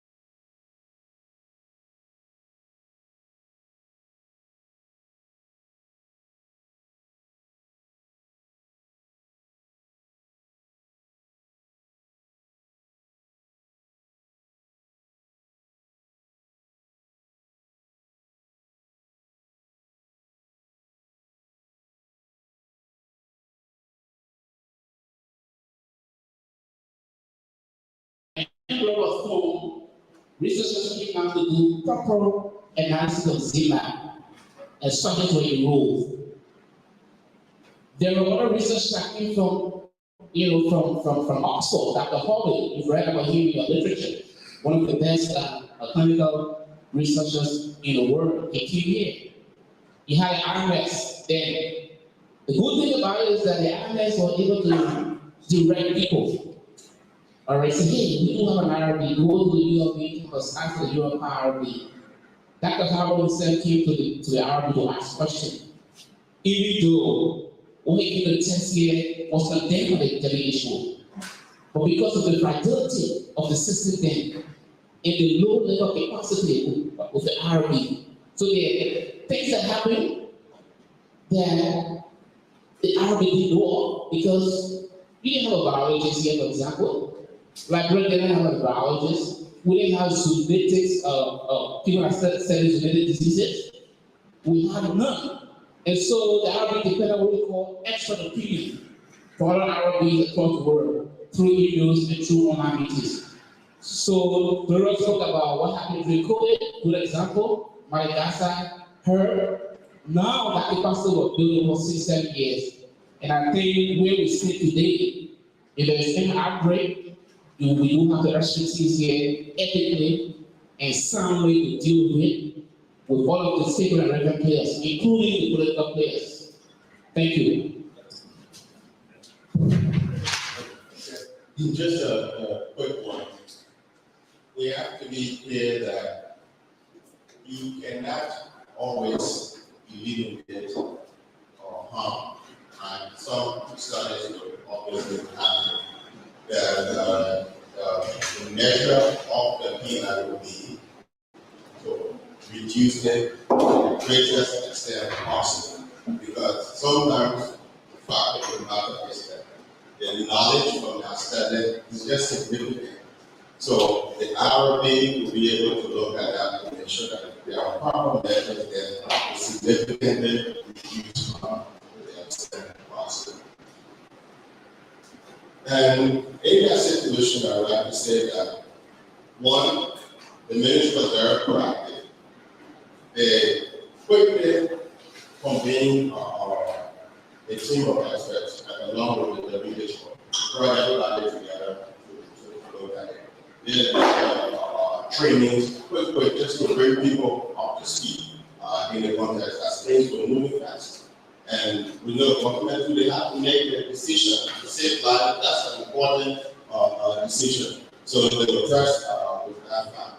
One thing that I say on the part of the IRB members is that in that context where there is limited information or expertise, it's also on you as the IRB member to look outside. Don't just confine yourself to the protocol. Yes, the review, the PI will submit all the brochures and everything, but then you have to look outside because it's possible that some of the information provided, information limited that detail for you to understand the full context of the particular intervention. Reading extra materials to find out, oh, this wasn't included. Sometimes not because the PI is a bad person, but maybe a mistake, right? Oversight, or they thought it wasn't relevant to add that, then we bring it out. I didn't see this yet. I saw it, I read this article, the content of that. Why? PI will justify and think that this board thinks that it is important to consider that. So get it. On the 4% issue, one thing you have to be clear about is about literacy rate. So the 4% has to be very much understanding. It has to be brought to the level that it is comprehensible to the lowest level. So we found that people say yes to studies that have absolutely no idea, especially when some of these things are clinical trials, have all the big logical scientific terms. You have to be able to break those down. So sometimes the best way to do it is simple for short, really fast in that case. We think that people take research to be some NGO project. So you come and collect data, sometimes the community is deceived that are not deceived really, but they misunderstand the essence of the study. They think that you are coming back with a project, so you can just do some scoping study for the project, so you have to be clear on that. The concept also have to give them, you have to have the contacts there of the people on the ROB, just in case someone feels that case of right, then you will audit it, let me be able to report and clarify some of these things. So, and monitoring is important. I think the easy part, I'm not really easy part, that's not true. It's difficult to review the study and make a decision. But what's also important is that monitoring that study. Many times we review, we check that the study is good to go because we have all the fancy papers that are in front of us that we made a decision based on. But then the application of that is different. For instance, it says 1%, right? Sometimes people are 9% that you go in, they want to get the data quickly, or even if they are, it's not thorough. They will articulate the paper and say, look, we will talk about the purpose of the study, we'll talk about the risks and benefits of the study, we'll ask the people to ask the questions, and we'll make sure that they understand what we said, they'll give us feedback, and then we'll sign.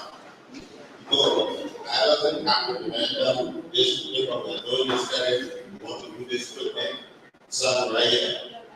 So how do we know that is happening? So monitoring is very important, and that's a big thing. I would say the NREB, the ULIRB, that is a big advantage and a disadvantage. That's why I don't really think that. So you are coming on with the RB, make sure that you have a way to monitor study. That's when people's rights, I know, and welfare and our boundaries, not directly or intentionally part of the PR part, they want to get the study done. Yeah, so my name is Wosi. Yeah, my intention is to run to the informed consent. Yes, I was just about to ask you, started talking about a researcher or a research institution will design a kind of proposal very well and send to you, indicating the informed consent academic is being approved by the RRB. And now, like you mentioned, the application is what I was about to ask about. Yeah, so in the field, the research assistant is not presenting or administering the informed consent very well. And then how do we know the RRB information or coordinator information is on the informed consent form? And now the email address is there, the contact number is there. Maybe participant call you and you get to know that they didn't see informed consent from them, but they just came and said, let us conduct the research review. Yeah. So, has there been an experience where this issue came to the attention of the RB and what was done?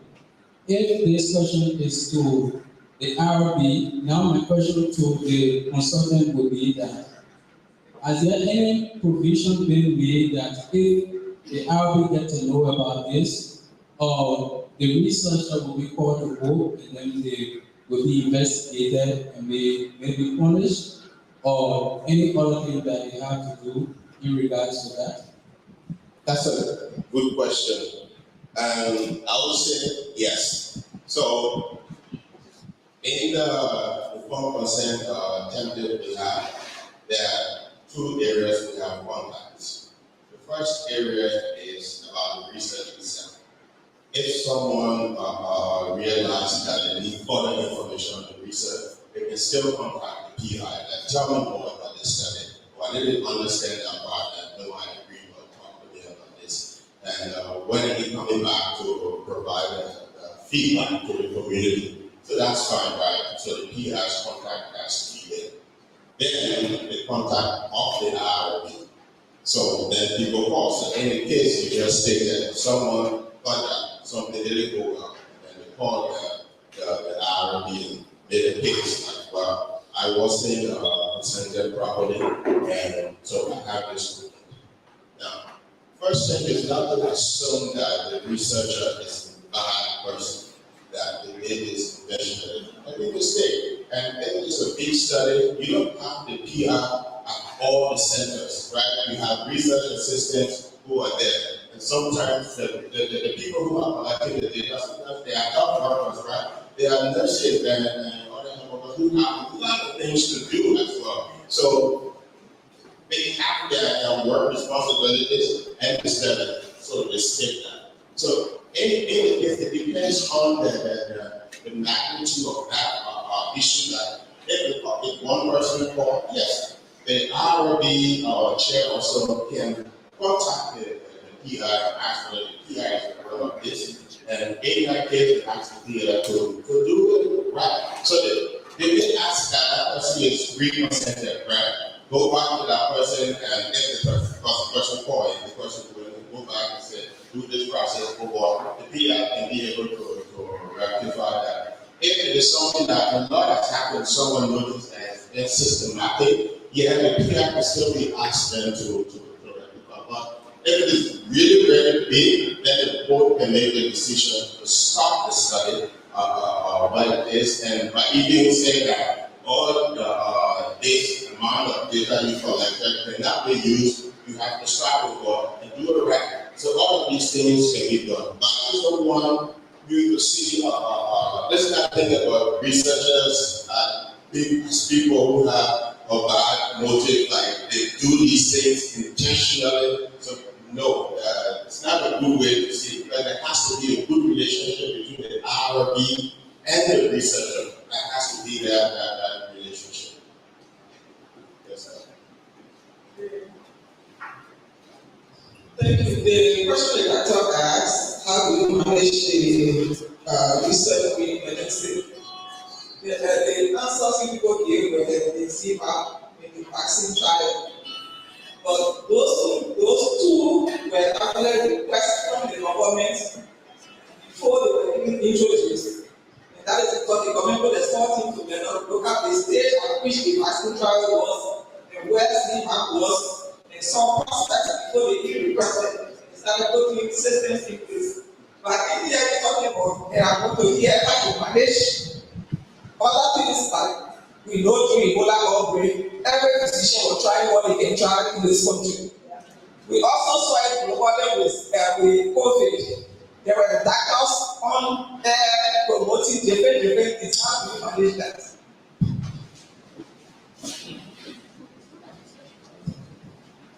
So that for the RRB, I think first of all, within its own power, when the study comes to the RRB, that's where the RRB power starts. If something really doesn't come to the RRB, then it is hard for the RRB to act.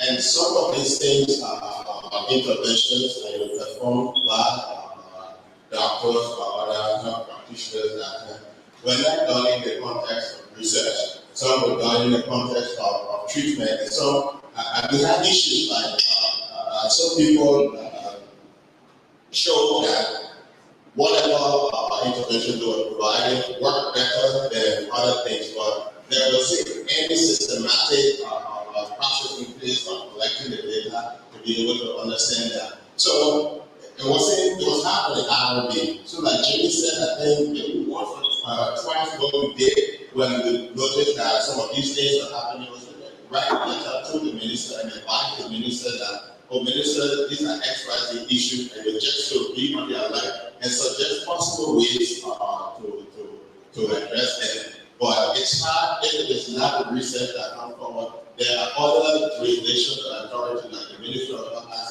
power that the RRB doesn't have, and so they put it out. You're very right. One thing is that we made some adjustment. So what that means is that we established, if you look at the incident management system, there's a thematic area for research. Okay, at the time I was the head of that thematic area. So all research proposals that came to the incident management system, they all was routed to me at the time. That's what they agreed on. So I had to go through them. I developed a team that was where we had a team. So we and we had to go through them and determine which one were appropriate to move forward and which one had to be pushed back. So what I'm trying is that there were different mechanisms. In Guinea, this is what Guinea did. When the outbreak came, there was a significant influx of applications to conduct multiple research. There was psychosocial, behavior, clinical things. So what Guinea did was the Ministry of Health established a scientific committee within the Ministry of Health. So all protocol that had to do with health emergency during that time had to go to the scientific committee. Scientific committee would review them and vet them for scientific validity, then route them over to the ethics committee. If they did not meet the requirement of STEM, neuroscience, to keep that out. So those were some of the strategies we use besides what Jimmy, Gloria, and talk about as well. But like for COVID, it took a different trend for COVID in the sense that review mechanism, Gloria is a little bit about review mechanism had to change. What that means is that distance between people have a part to play. So for some reason, they had this committee turn to Zoom and other things for review. So we all are doing Zoom, and so they have to make adjustments based on this. I last time, and related to the IB, the graduate school. I have a question with respect to the decision of the ULIRB. It's reasonable to expect that every faculty, student, or school within the university community to get an IRB clearance from the ULIRB in the situation of a rejection at the level of the ULIRB. Is there an alternative recourse, say, to the NREG, for example, for any individual or institution within the university community? I mean, I'm asking that question because both of your speakers spoke about shopping in between committees, and it doesn't seem like there's much alternative if you are within the university community. Is it? I don't really want to say that, but bad science. I don't feel like we don't be quite good at what's shut up. So what that means is that, take for example, there are multiple, we say if you got English or university, you got English or whatever. But you don't have affiliation in any institution in the country, rather you work for maybe a non-governmental organization or CDO, what about the study? And you determine that the ULIRB is the most appropriate to review the study, and you submit them into rejecting. That science is ethical back. So you take that and maybe want to go, say, to your area to review it. I can tell you that your chances of getting accepted is extremely low, it's going to be rejected. Ethical flaws, no matter how you polish it, ethical flaws, ethical flaws. I don't know where I was speaking about that because there should be a governing body over ethics in this country, recent ethics. I don't know whether ULIRB has a process, that is rejected as an appeal, they have to do an appeal process. But whether you can find an appeal to the ethics, to the NRB, I'm not sure that ULIRB has to speak on that. But when you submit a grant is rejected, they clearly indicate the reasons why it's rejected. Clearly indicate one, the PI is not qualified to conduct the study. Two, the approach to human subject is wrong. Your recruitment strategy, say for example, you want to conduct clinical research, then you request for posted sampling. That's wrong. So obviously they reject that. But they go back and start to comment in both ways. Find an appropriate mechanism, engage colleagues, say Dr. Saka, there was a question on this. I want to speak. What do you think, collaborate and address those concerns and if you look the science and ethics of the group, I think that's a little bit out, but, don't do that, it's not going to work. If you are refused it, and you take that same decision to take it, that's science, go out there.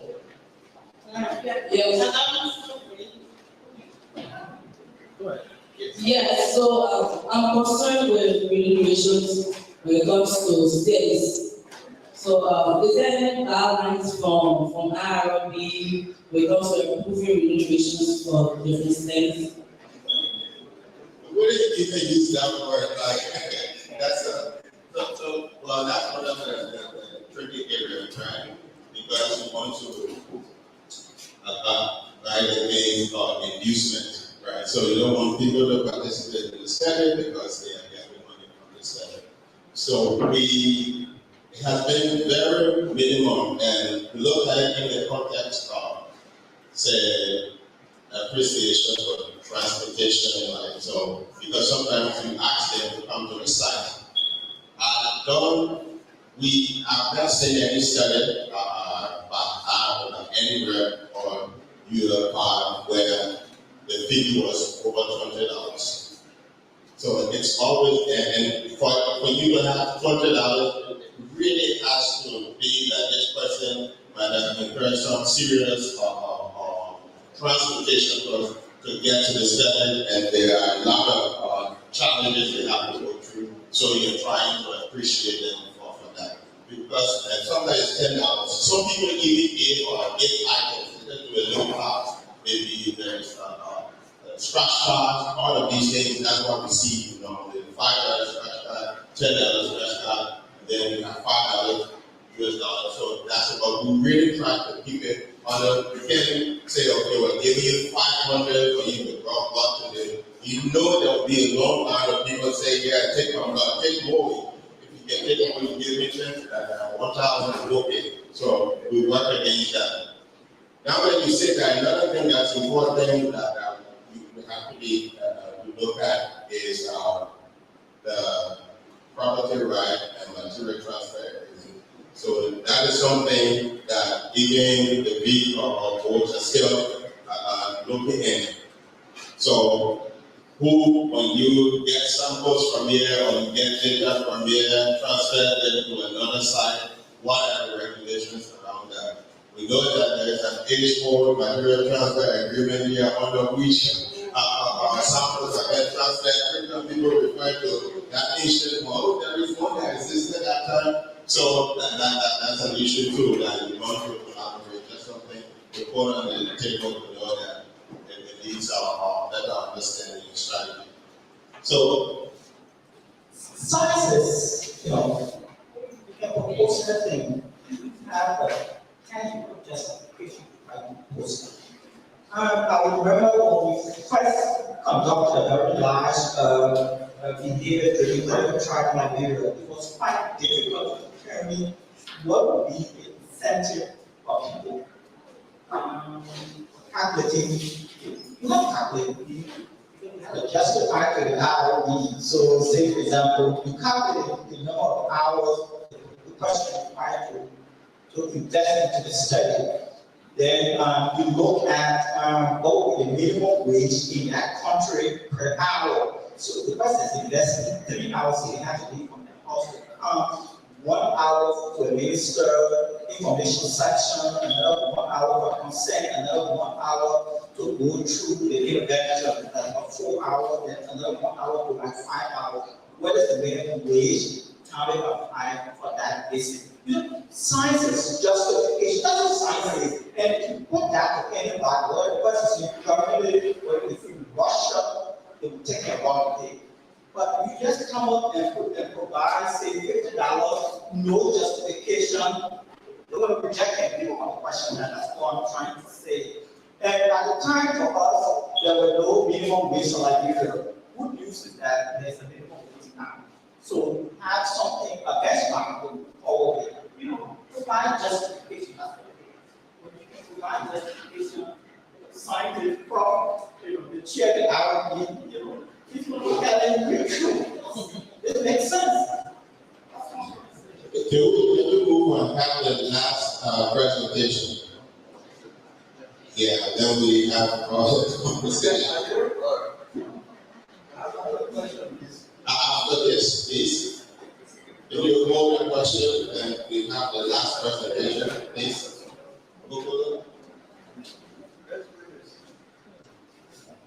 Maybe your question can be answered in his presentation. So we're plenary discussion. Thank you. So,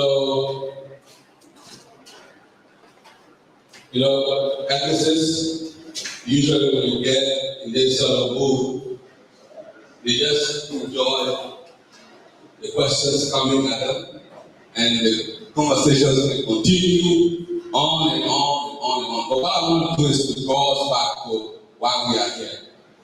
We are here because a document has been drafted that should be used by the university and others, whatever others means, to guide them when they do research.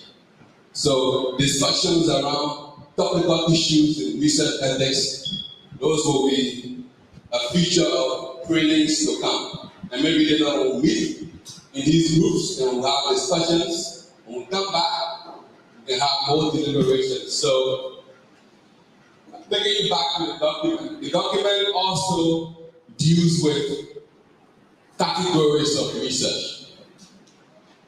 So when you're going through the document, you will see that various categories of research have been captured in there. So one thing that you will have to do is to be able to look at those different categories and see if they make sense, or if you think additional categories should be included. For example, what is actually qualified as research?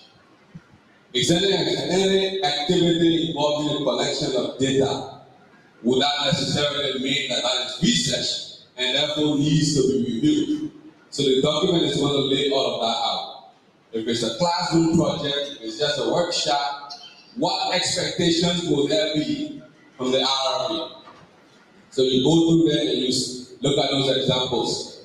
For example, what research will be exempt? What will qualify as an exemption? An exemption is you don't need IRB review because there are certain characteristics of the research that you're doing that will qualify you to be exempted from a full review by the IRB. The working idea is that we don't want the researcher to sit and unilaterally say my study doesn't qualify for IRB review, so I'm exempted.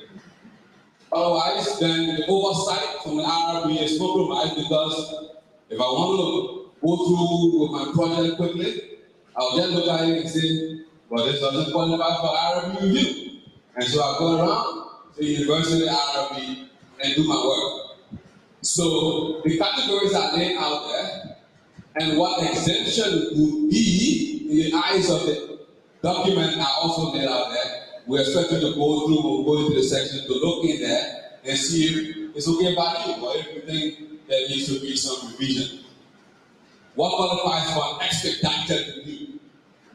What level of research can you just carry to the coordinator or the chair and say, hey, I'm doing this study and I don't think the time is there to go through the full board review. Maybe you can meet maybe once a month or twice a month, and you just don't have that time. Your study must qualify, according to this document, to have certain features based on which you can go and request for an expedited, a quick look at your document.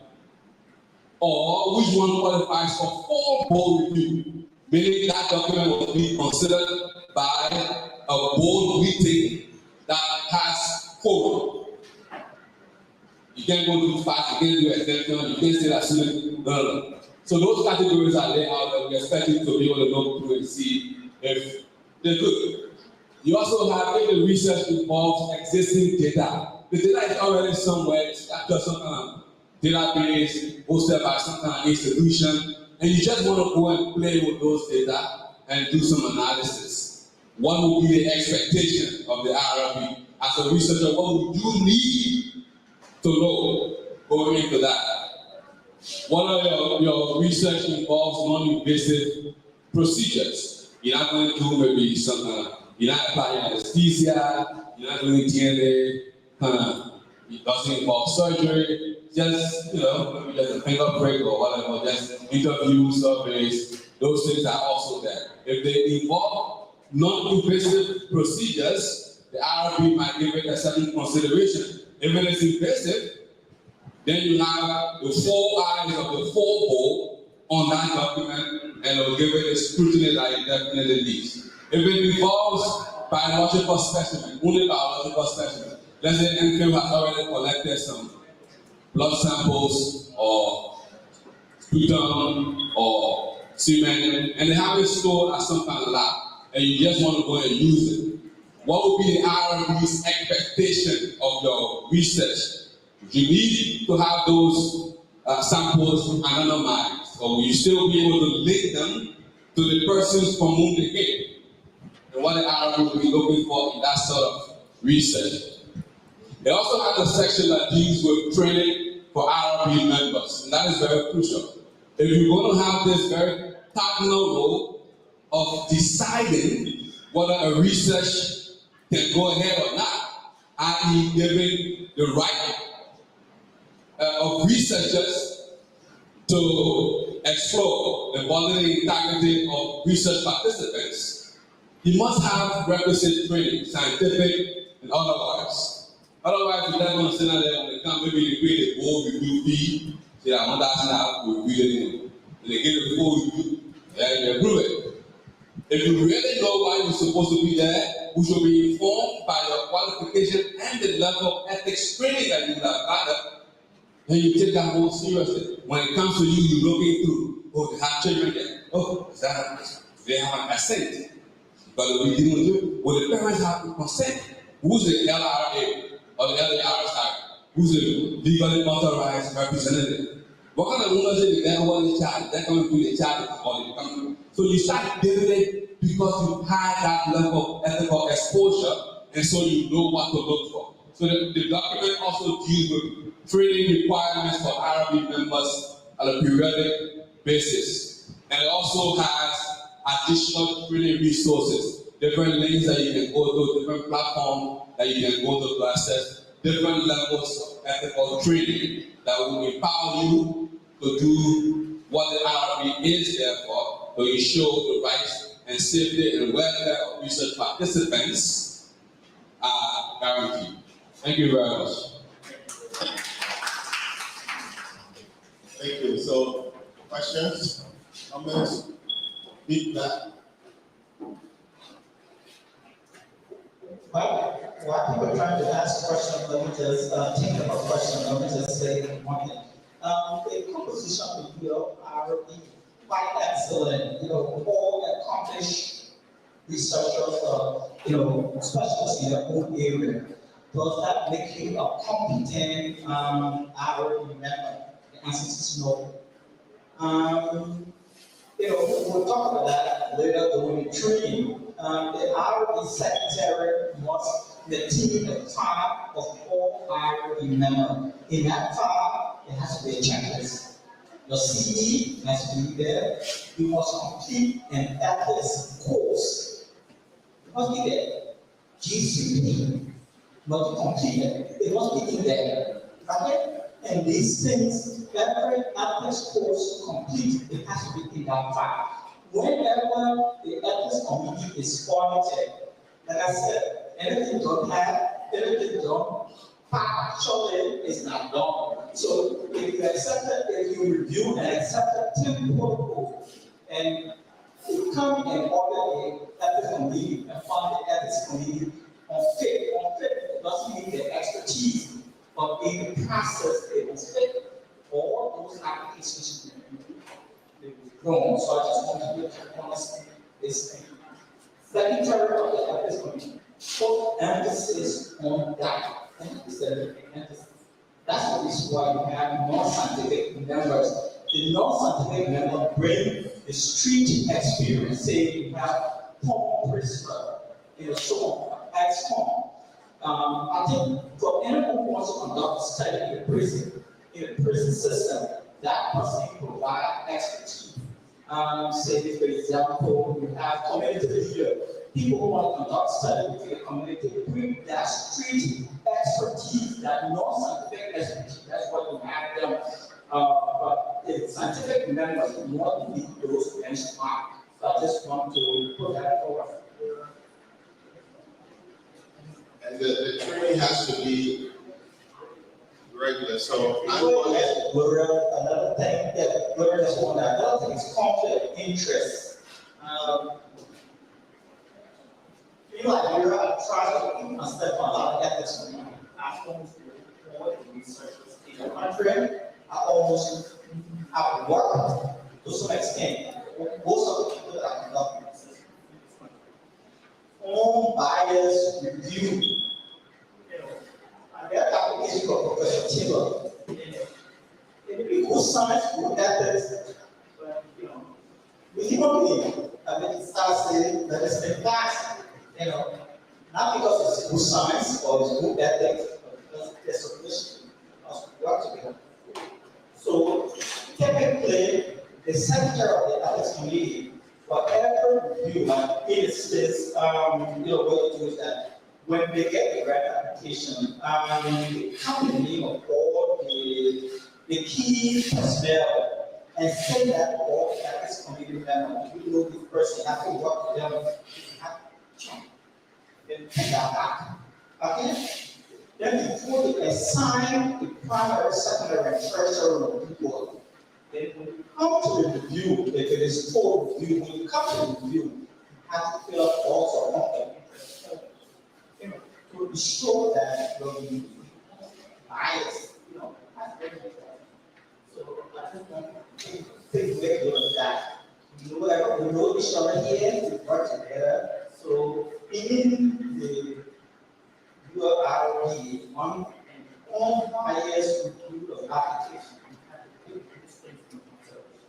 Get out of the way if there's some kind of relationship between person application. I just want to add on the confidentiality clause for RB members. So sometimes I have discussion within our meeting that you need now to work out. So whatever is discussed, because sometimes people get different views. Sometimes you may know me and I have this proposal right after the meeting and people turn and say, oh, maybe that candidate said your proposal shouldn't be approved. So whatever that is discussed during that meeting, it remains there. So we have this confidentiality clause that whatever that is discussed, it should remain there. And you don't have to go when you are born, you have the right to go to the chair and say, Chair, you know what, I have interest in this. So please let's approve it though. There is no, just keep it professional, let the sun be the sun and not going around the table to influence the police or let's vote this way. So that's why we try to avoid the voting. Government censor, people be able to sit what exactly, but we still vote. Everybody just raise their hand, whether it's right, everyone will just go with it. But consensus, we need to sit what are your concerns, and everyone will hear that people will sit actually because.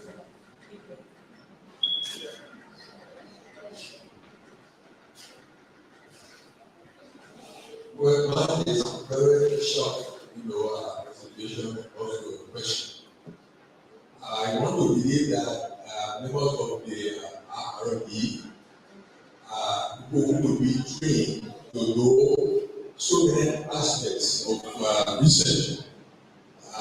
They are not only trained to reject and also accept.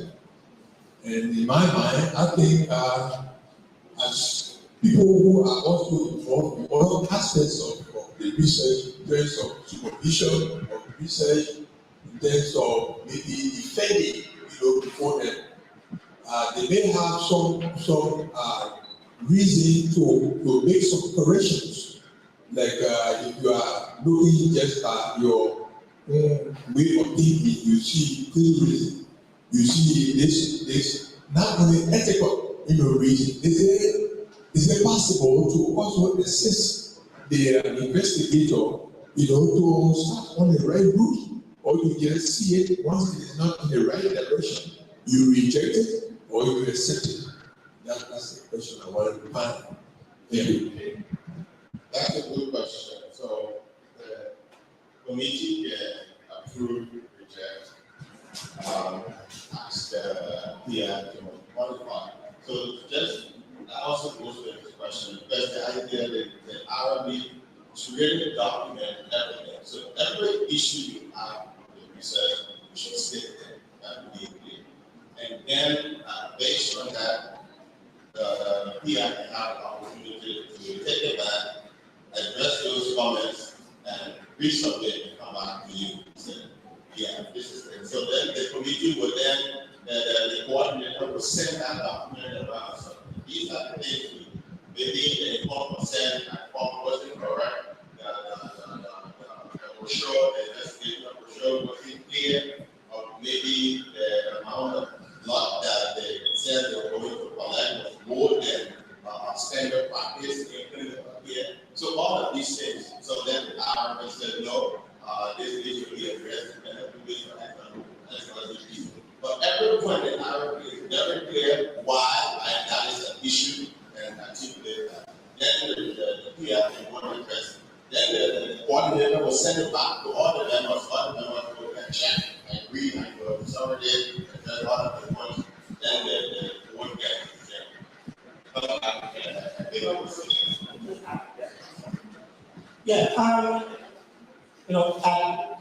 research intensive university in office of sponsored research, and it's part of the responsibility. They should educate the scientific community within the corporate, what I call the university system, on building the capacity of the researchers, walking them through the process of the ROD application process, walking through the process of applying for grants, how to manage that. That's the responsibility of the office of sponsor research. That's not the responsibility of the ROD.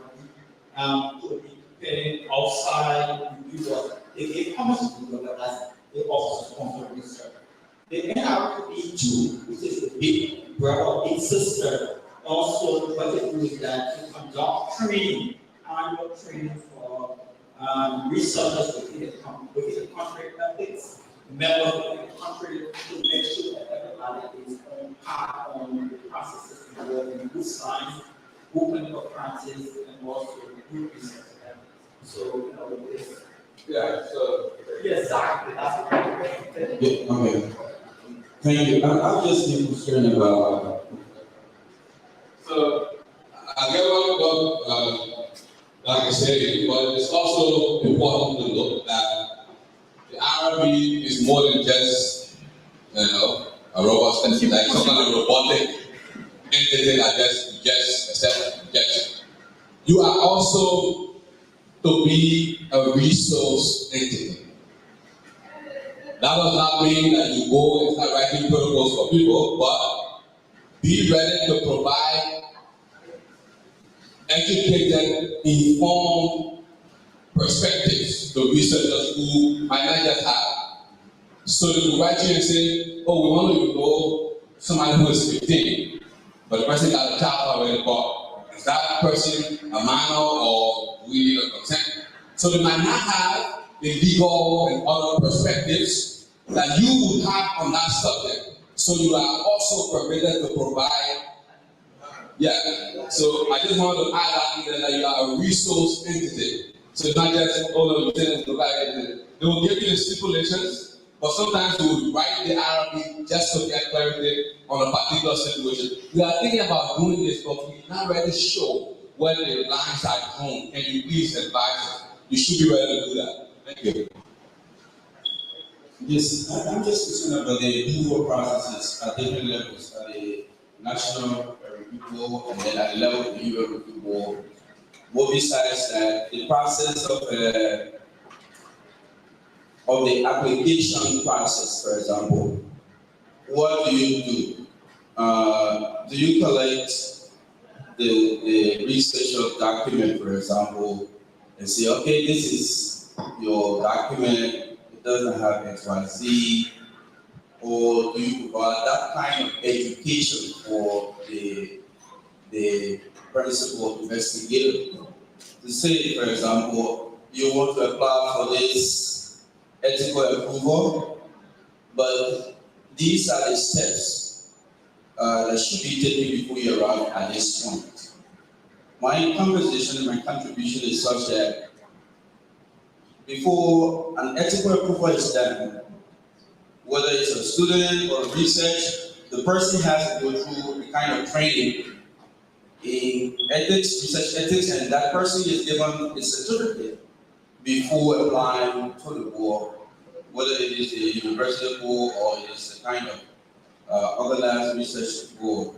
So the main thing here is, if you have the National Review Board, and then your document, your research is approved by that board, and do you go back to the university, for example, to also obtain a kind of approval from the University of Liberia, or this one you accept and then you go for your visa?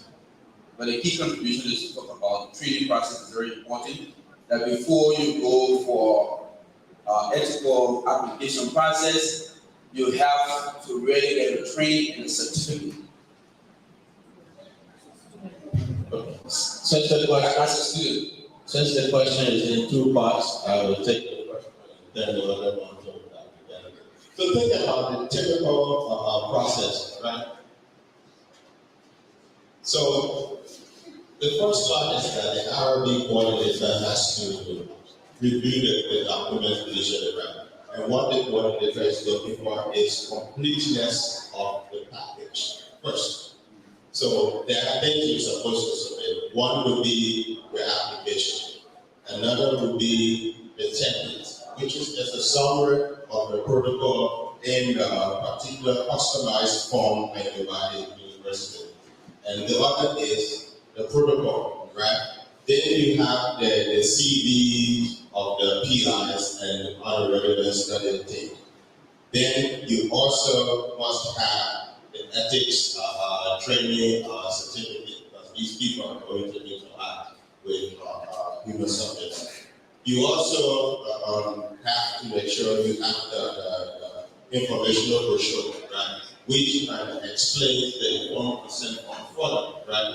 Then you also have the informed consent form, and if you're working with minors, you must have an assent form. So these are some of the key things you have to have. Once the coordinator checks them to see that they are there, then the consideration as to whether you need to further review the template to see whether this qualifies for an expedited review, it should be exempted or should go to full board, that decision will be made. And if the coordinator says that there are no ethics training certificates and for the PR or so, then they will require the information. Communicate with you and say, of the list of things you need, you require 10 things from you, and you have submitted 15, you have submitted 8, there are 2 outstanding, so please get them. Then they can ask you if you can get an ethics certificate, they will give you resources to go and take the ethics training, and then you come back with the certificate. So you must, the certificate is necessary requirement, so they won't accept you to go and conduct the study without the certificate for that.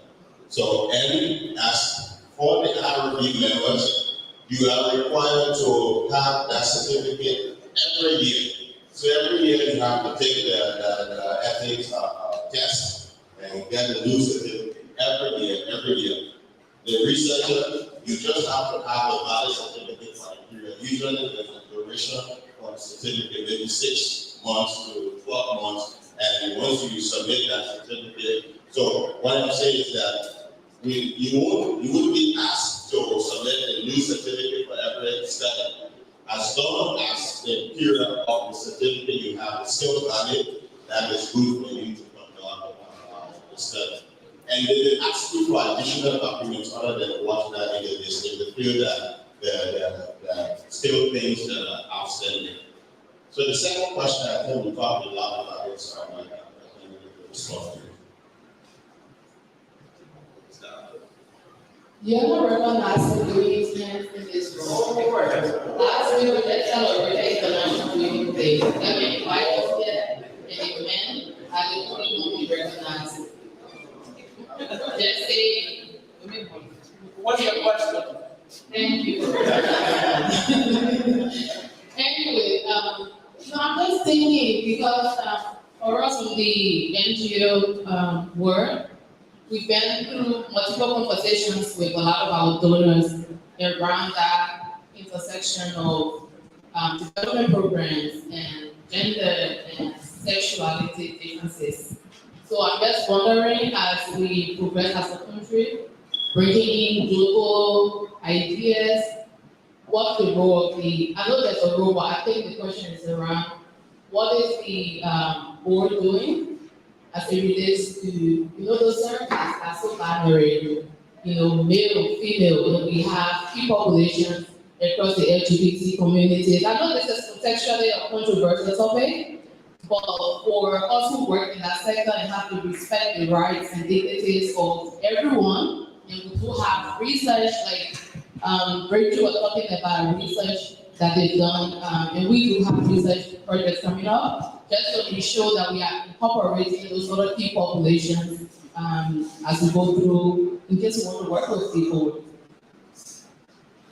I think that's more of comments, right?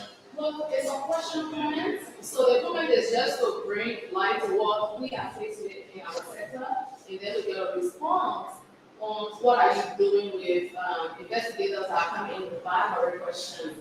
Like really forward with discussions, how do we protect, those LGBT community, and also something. Thank you for just asking. A lot of the time we say people, I don't know whether it's in Liberia, but we say from I think 18 or 21, then you do not need parental consent, to participate in the research. However, for these people in that key population from 14, they can, because some of them at the point have not come out yet to their families. So you cannot say your mother should sign your informed consent form. So I'm just bringing, these conversations up so we can just think as we go through this. We'll take a comment from here. Yeah. I hear you making repeated references to certificate, ethics, course, certification, and certification. Is that a standard practice? Is that a best practice within the arena of research, whether we or social? I mean, most researchers who go through doctoral training go through serious ethical considerations in the formulation of the research. And this is actually considered to be part of the training as a researcher. Where is it a best practice that researchers must then get ethics certification? I hear you. Yeah, I think, sometimes this question depends on the context. In the US, at US universities and universities in Europe, every year you have to go through the screening and certificate. It's I don't know how to say this. It's part of the practice culture, so you have to. So the likelihood that you will meet a faculty or researcher on a university campus in this developed world that does not have a current certification research ethic is almost zero. It's mandatory. That's the word I want to use. Mandatory. And there's several different kinds of training. Go through training through what's the word? Sexual harassment, different types of harassment. They go to treatment, conflict of interest. So every year they go through that. Go through that. Investigate. So the chances is slim. But if you take that and go into Liberia, then the answer will say yes, we should. We're still at uncomfortable. We're still coming from somewhere where nothing has been done. We're trying to build something. So we have to get it every year. When we reach the stage where we are saturated with research ethics, then maybe the national research ethics will be considered. Thank you, Dr. But I think the quick answer to that question is yes, it is best. It is, internationally, yes, it is best practice to have human subject certificate of the researcher. So that's something that's required. Thank you. So one is just a brief comment or question. Yeah, I'm sorry. You raised some comments that are quite important.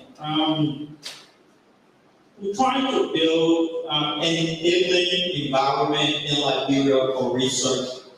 We know that a lot of NGOs, international organizations come here they have direct contact with human subjects. They collect information from human subjects. Those may qualify for research. And if you do qualify for research, they must be reviewed by this committee. You mentioned the issue of, you talked about that, people below 18.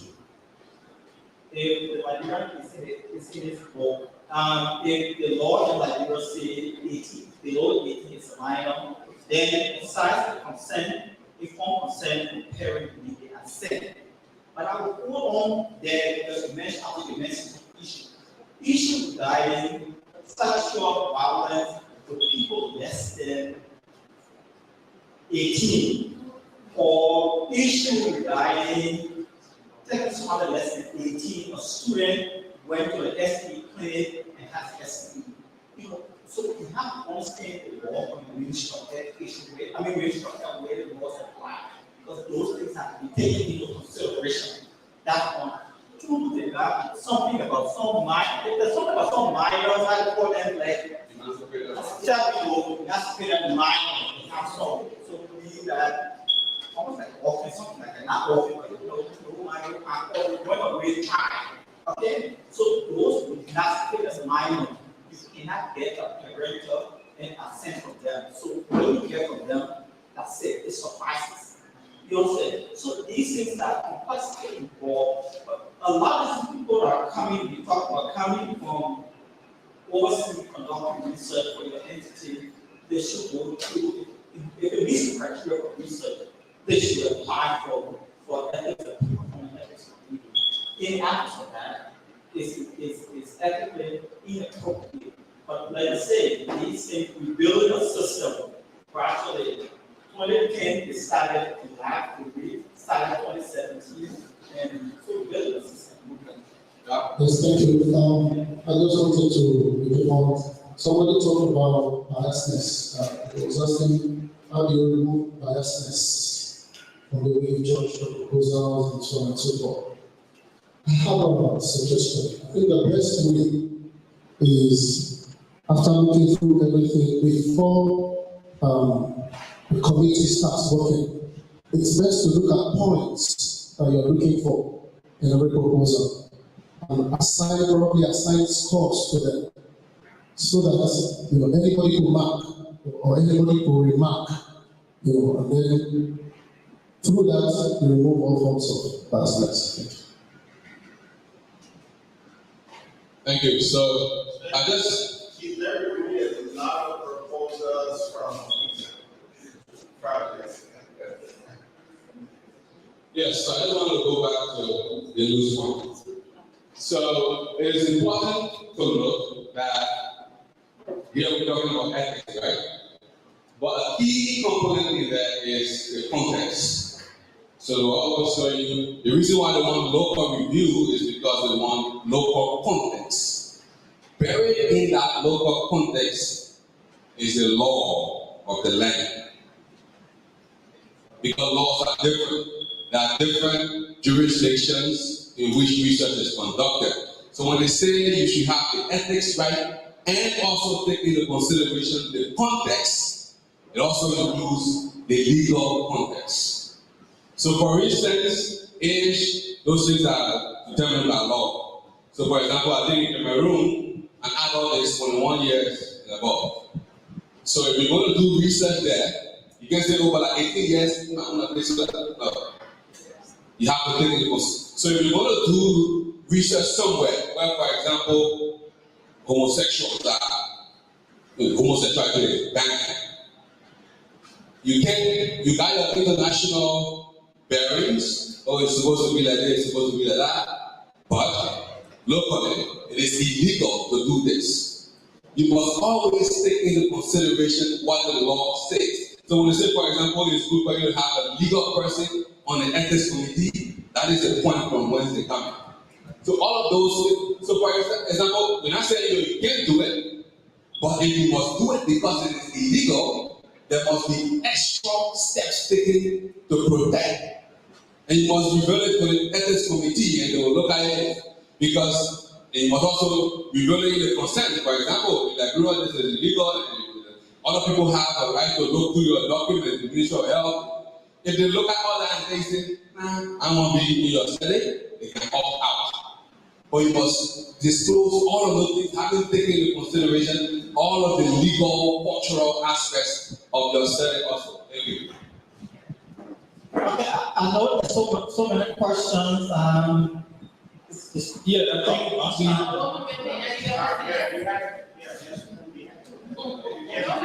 Okay.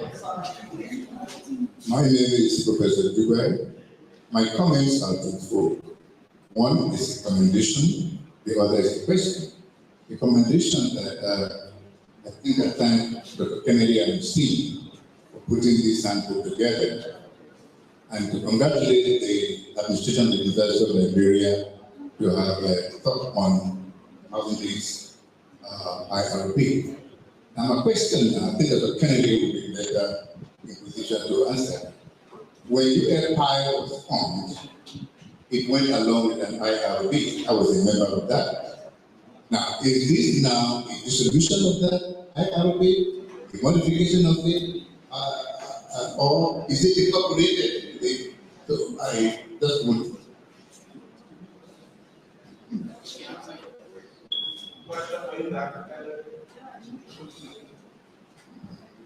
Yeah, okay. Julie, yeah, that's a very good question. So the answer to that question is the ULIRB have been transitioned, when I say transition, it has a new name. It's called the Atlanta Center for Research and Evaluation, IRB. So this IRB is the University of Liberia IRB.